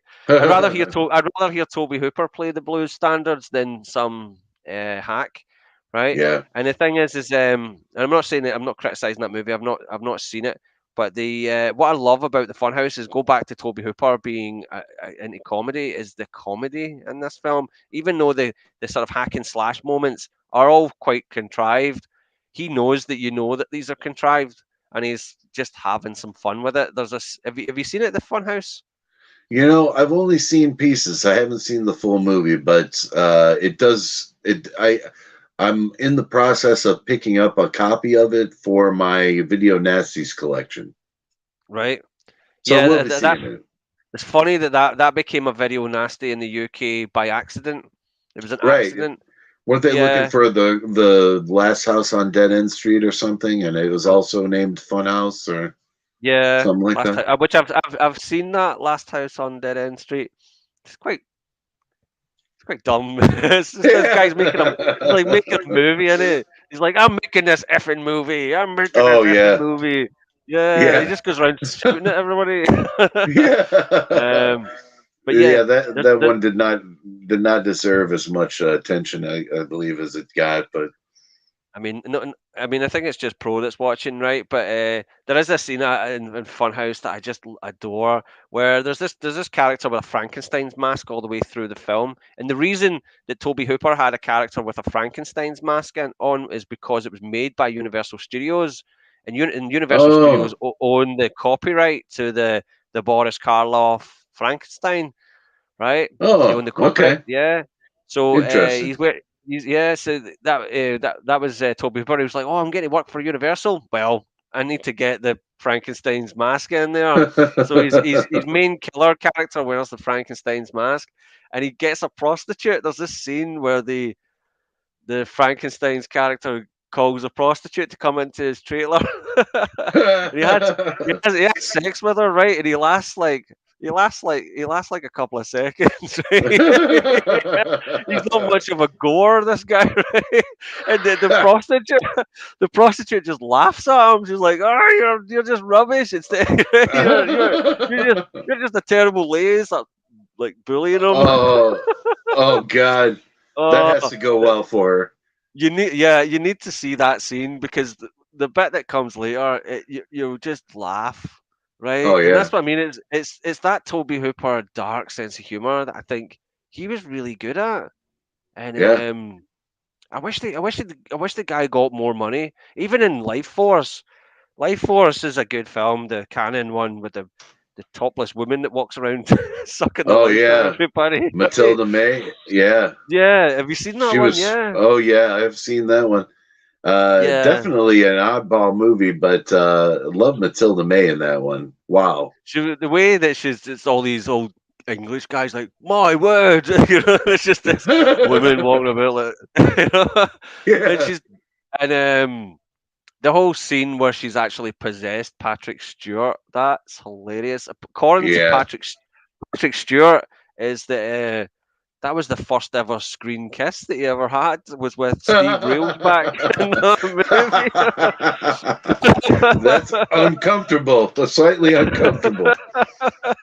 Wow. Oh, Man, oh absolutely man. brilliant. Yeah. Oh, right. I think I have broke the ice lord. You look like you're ready to keel over and Oh, die. no, I've had a good time. I'm a little tired, but it's been good talking to you, Terrence, man.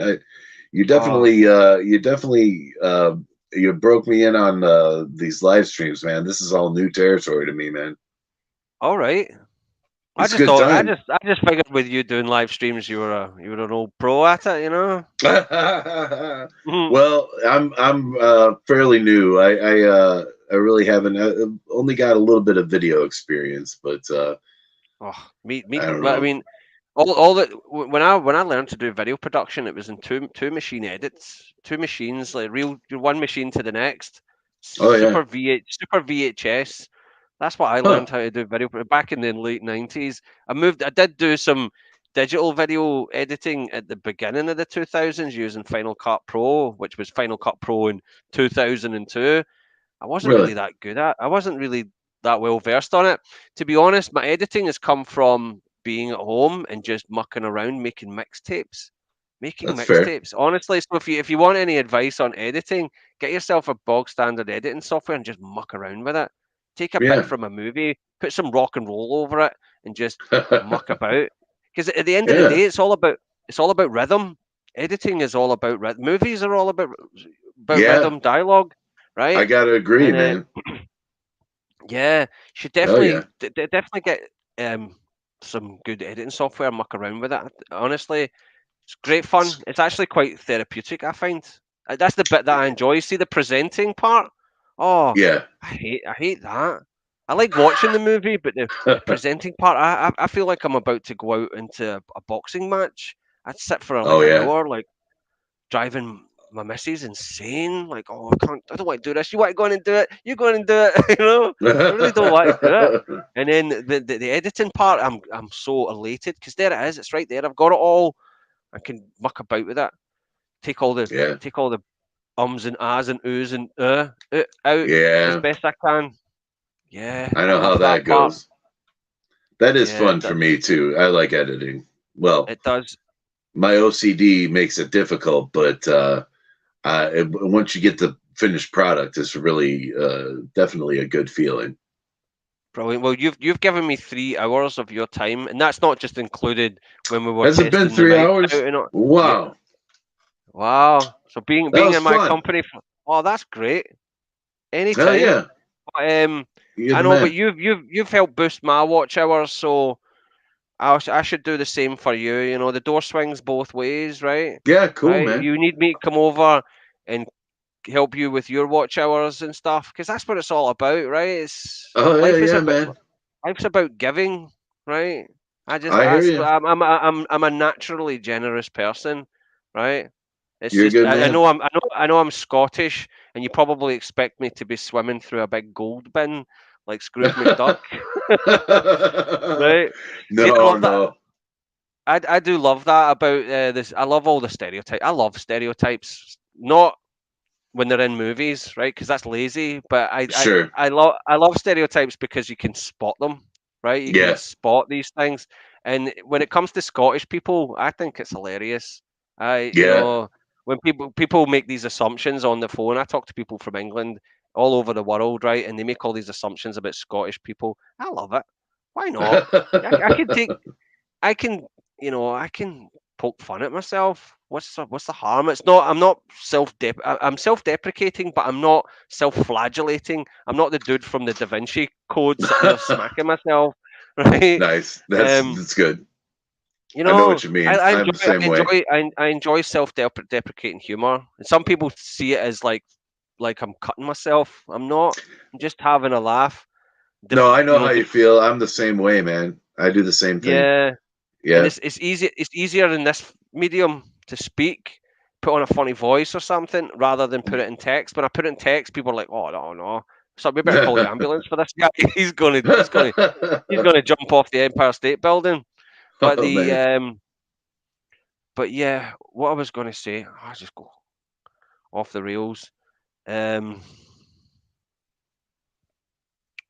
Well, maybe I have what to was make a it? time to do this again, man. Like you were saying, maybe I could get set up and you could come on my channel or something. We'll do another Perfect. live stream. Yeah, Sounds great. just send me an email. I get wee alarms on this thing when anybody sends me an email. Okay. proper a proper Yeah. email, not when I get it from like scammers, that goes into the wee scamming bin. But Yeah. yeah, you do understand how copper wire was discovered, don't you? No. Someone threw a penny at two Scotsmen. Oh. Yeah, That's a good one, man. No, I didn't yeah, know. absolutely true. Awesome. Brilliant. But what honestly, Ice Lord Wes, you're an absolute gentleman. It's been a joy speaking with you. I love talking about horror movies or any movies of any denomination. Just enjoy chatting about movies all day, all night. This has been the Oh yeah. absolute highlight of my week. Do you know that? Heck yeah. Me Honestly, too, man. right? And This it's is only great. just I've been looking started. forward. It's only Monday, right? Yeah. So maybe we could make this a regular thing instead of Yeah. being. I really enjoy that, That's a and great idea, man. and my watch hours, my all that stuff. That would enjoy it too. But like I say, next time your place, you put the coffee on or what have you, right? And Awesome. we'll have a really nice time. And thanks for anybody that stuck around, Pro. If anybody's still here, 3 hours. My goodness, Wow. Thanks for having me, Terrence. You're the man. you're the best. Brilliant, Wes. Have a great evening, right? You too, man. Hold on. End of production. How do you do this? Uh, End broadcast. There we go. Oh, oh, he's still there. Awesome. Did I end it? Is it ended? I don't know. How did you do it? Sorry, I get all these daft pop-ups. I'm still live. Oh, I don't.